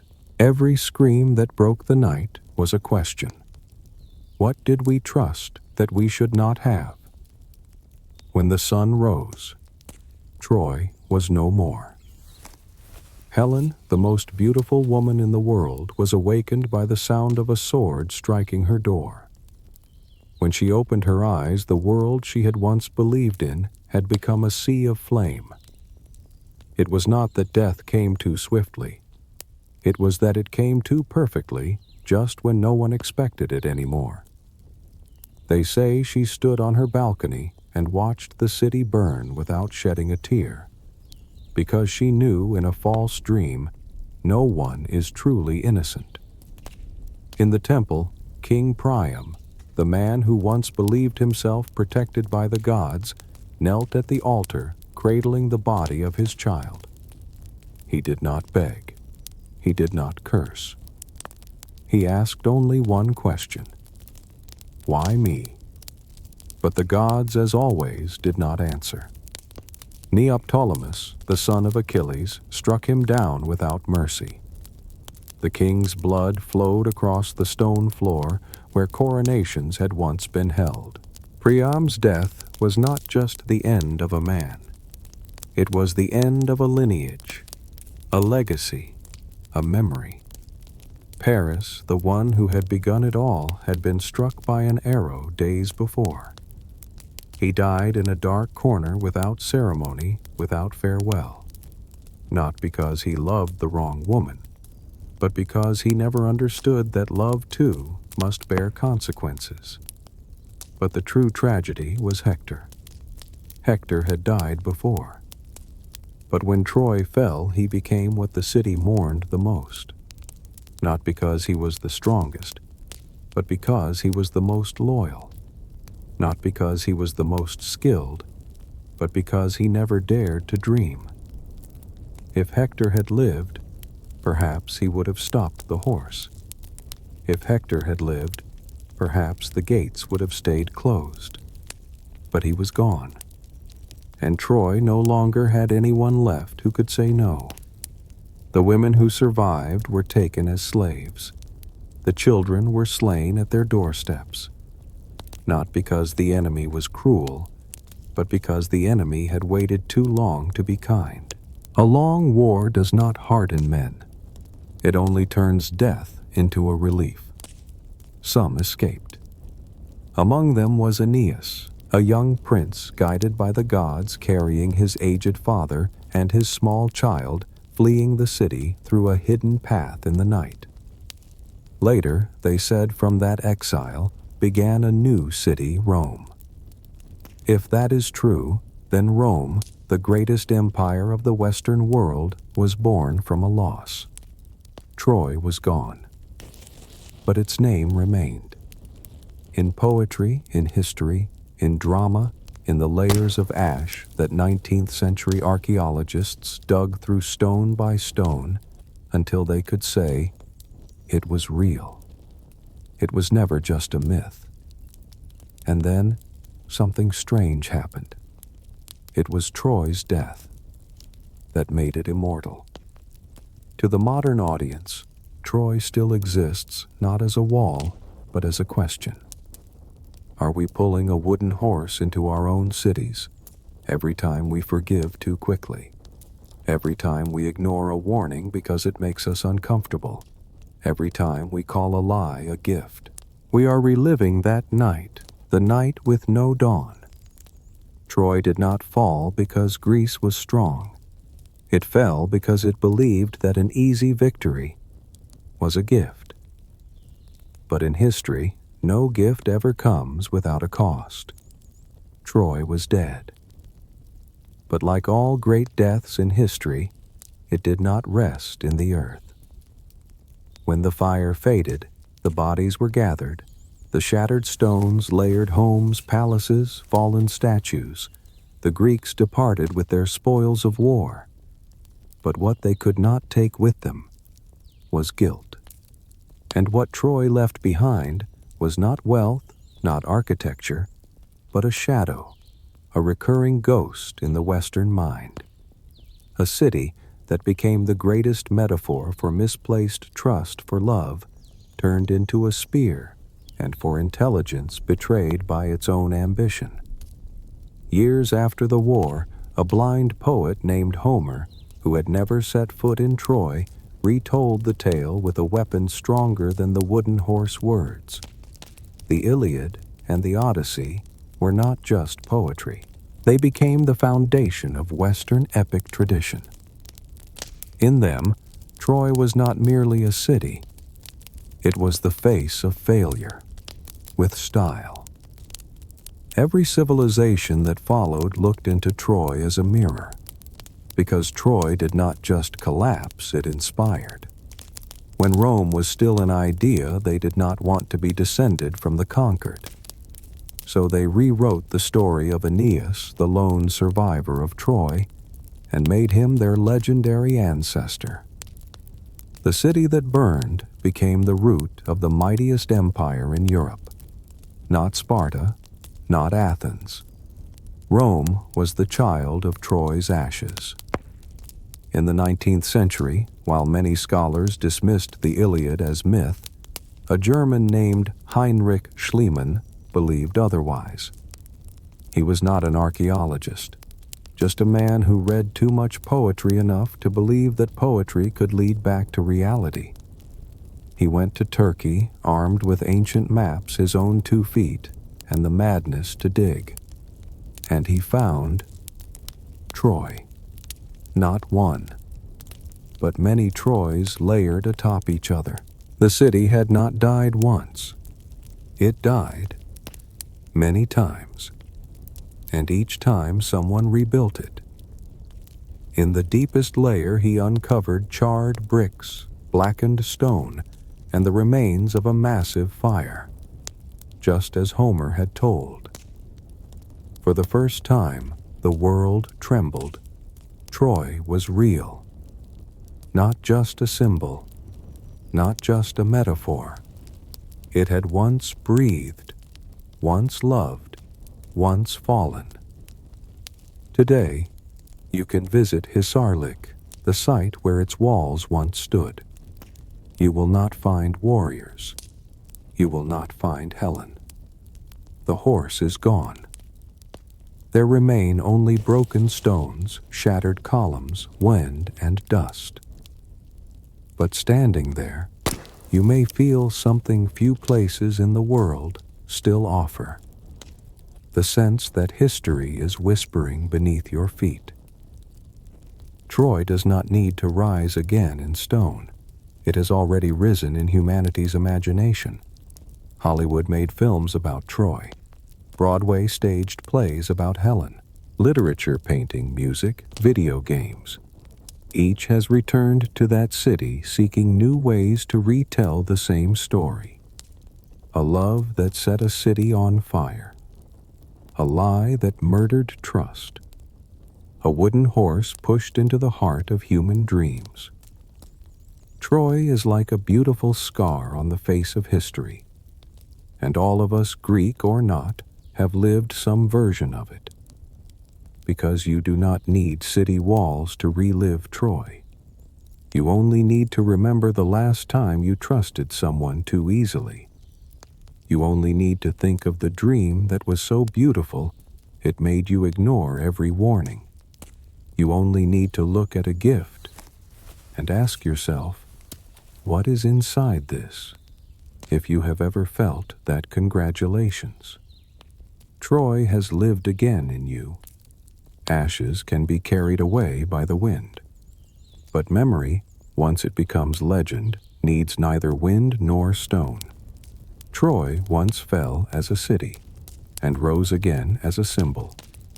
No one remembers the exact day Troy fell. There is no date carved in stone.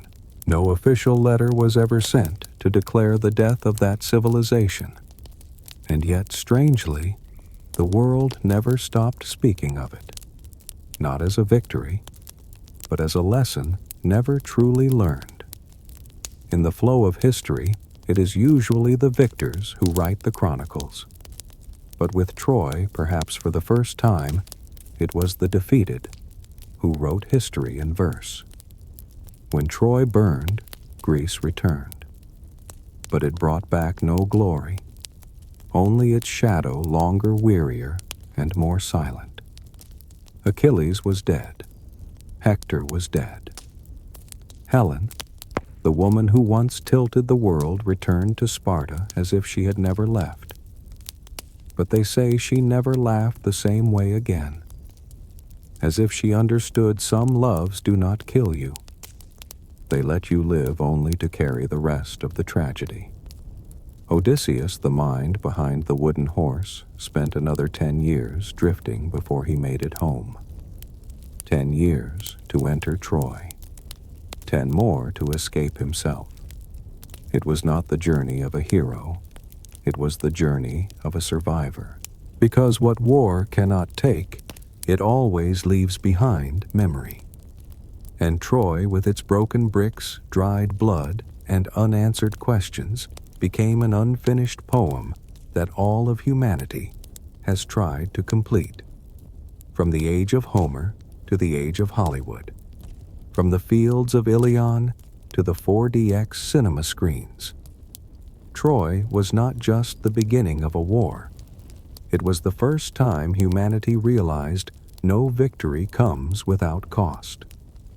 And sometimes the price is not counted among the dead, but in something that never truly lives again, trust. We live in an era where wooden horses wear new shapes, algorithms, advertisements, pleasing promises. But the rule remains the same. Every time we open the gates of our hearts without asking, what lies inside? We are living Troy again. And this time there is no Homer to write it for us, no gods to punish, only consequences. But that is also why Troy did not die in vain. It left behind something stronger than any wall, a warning that echoes across time. No stone needed, no blood required, only a single question. A question we still cannot answer after more than 3,000 years. How do we know? If a gift is real, in every layer of ash in history, if you listen closely, there is a slow, steady sigh. From a city that once believed it was invincible. From a love that never should have been a reason.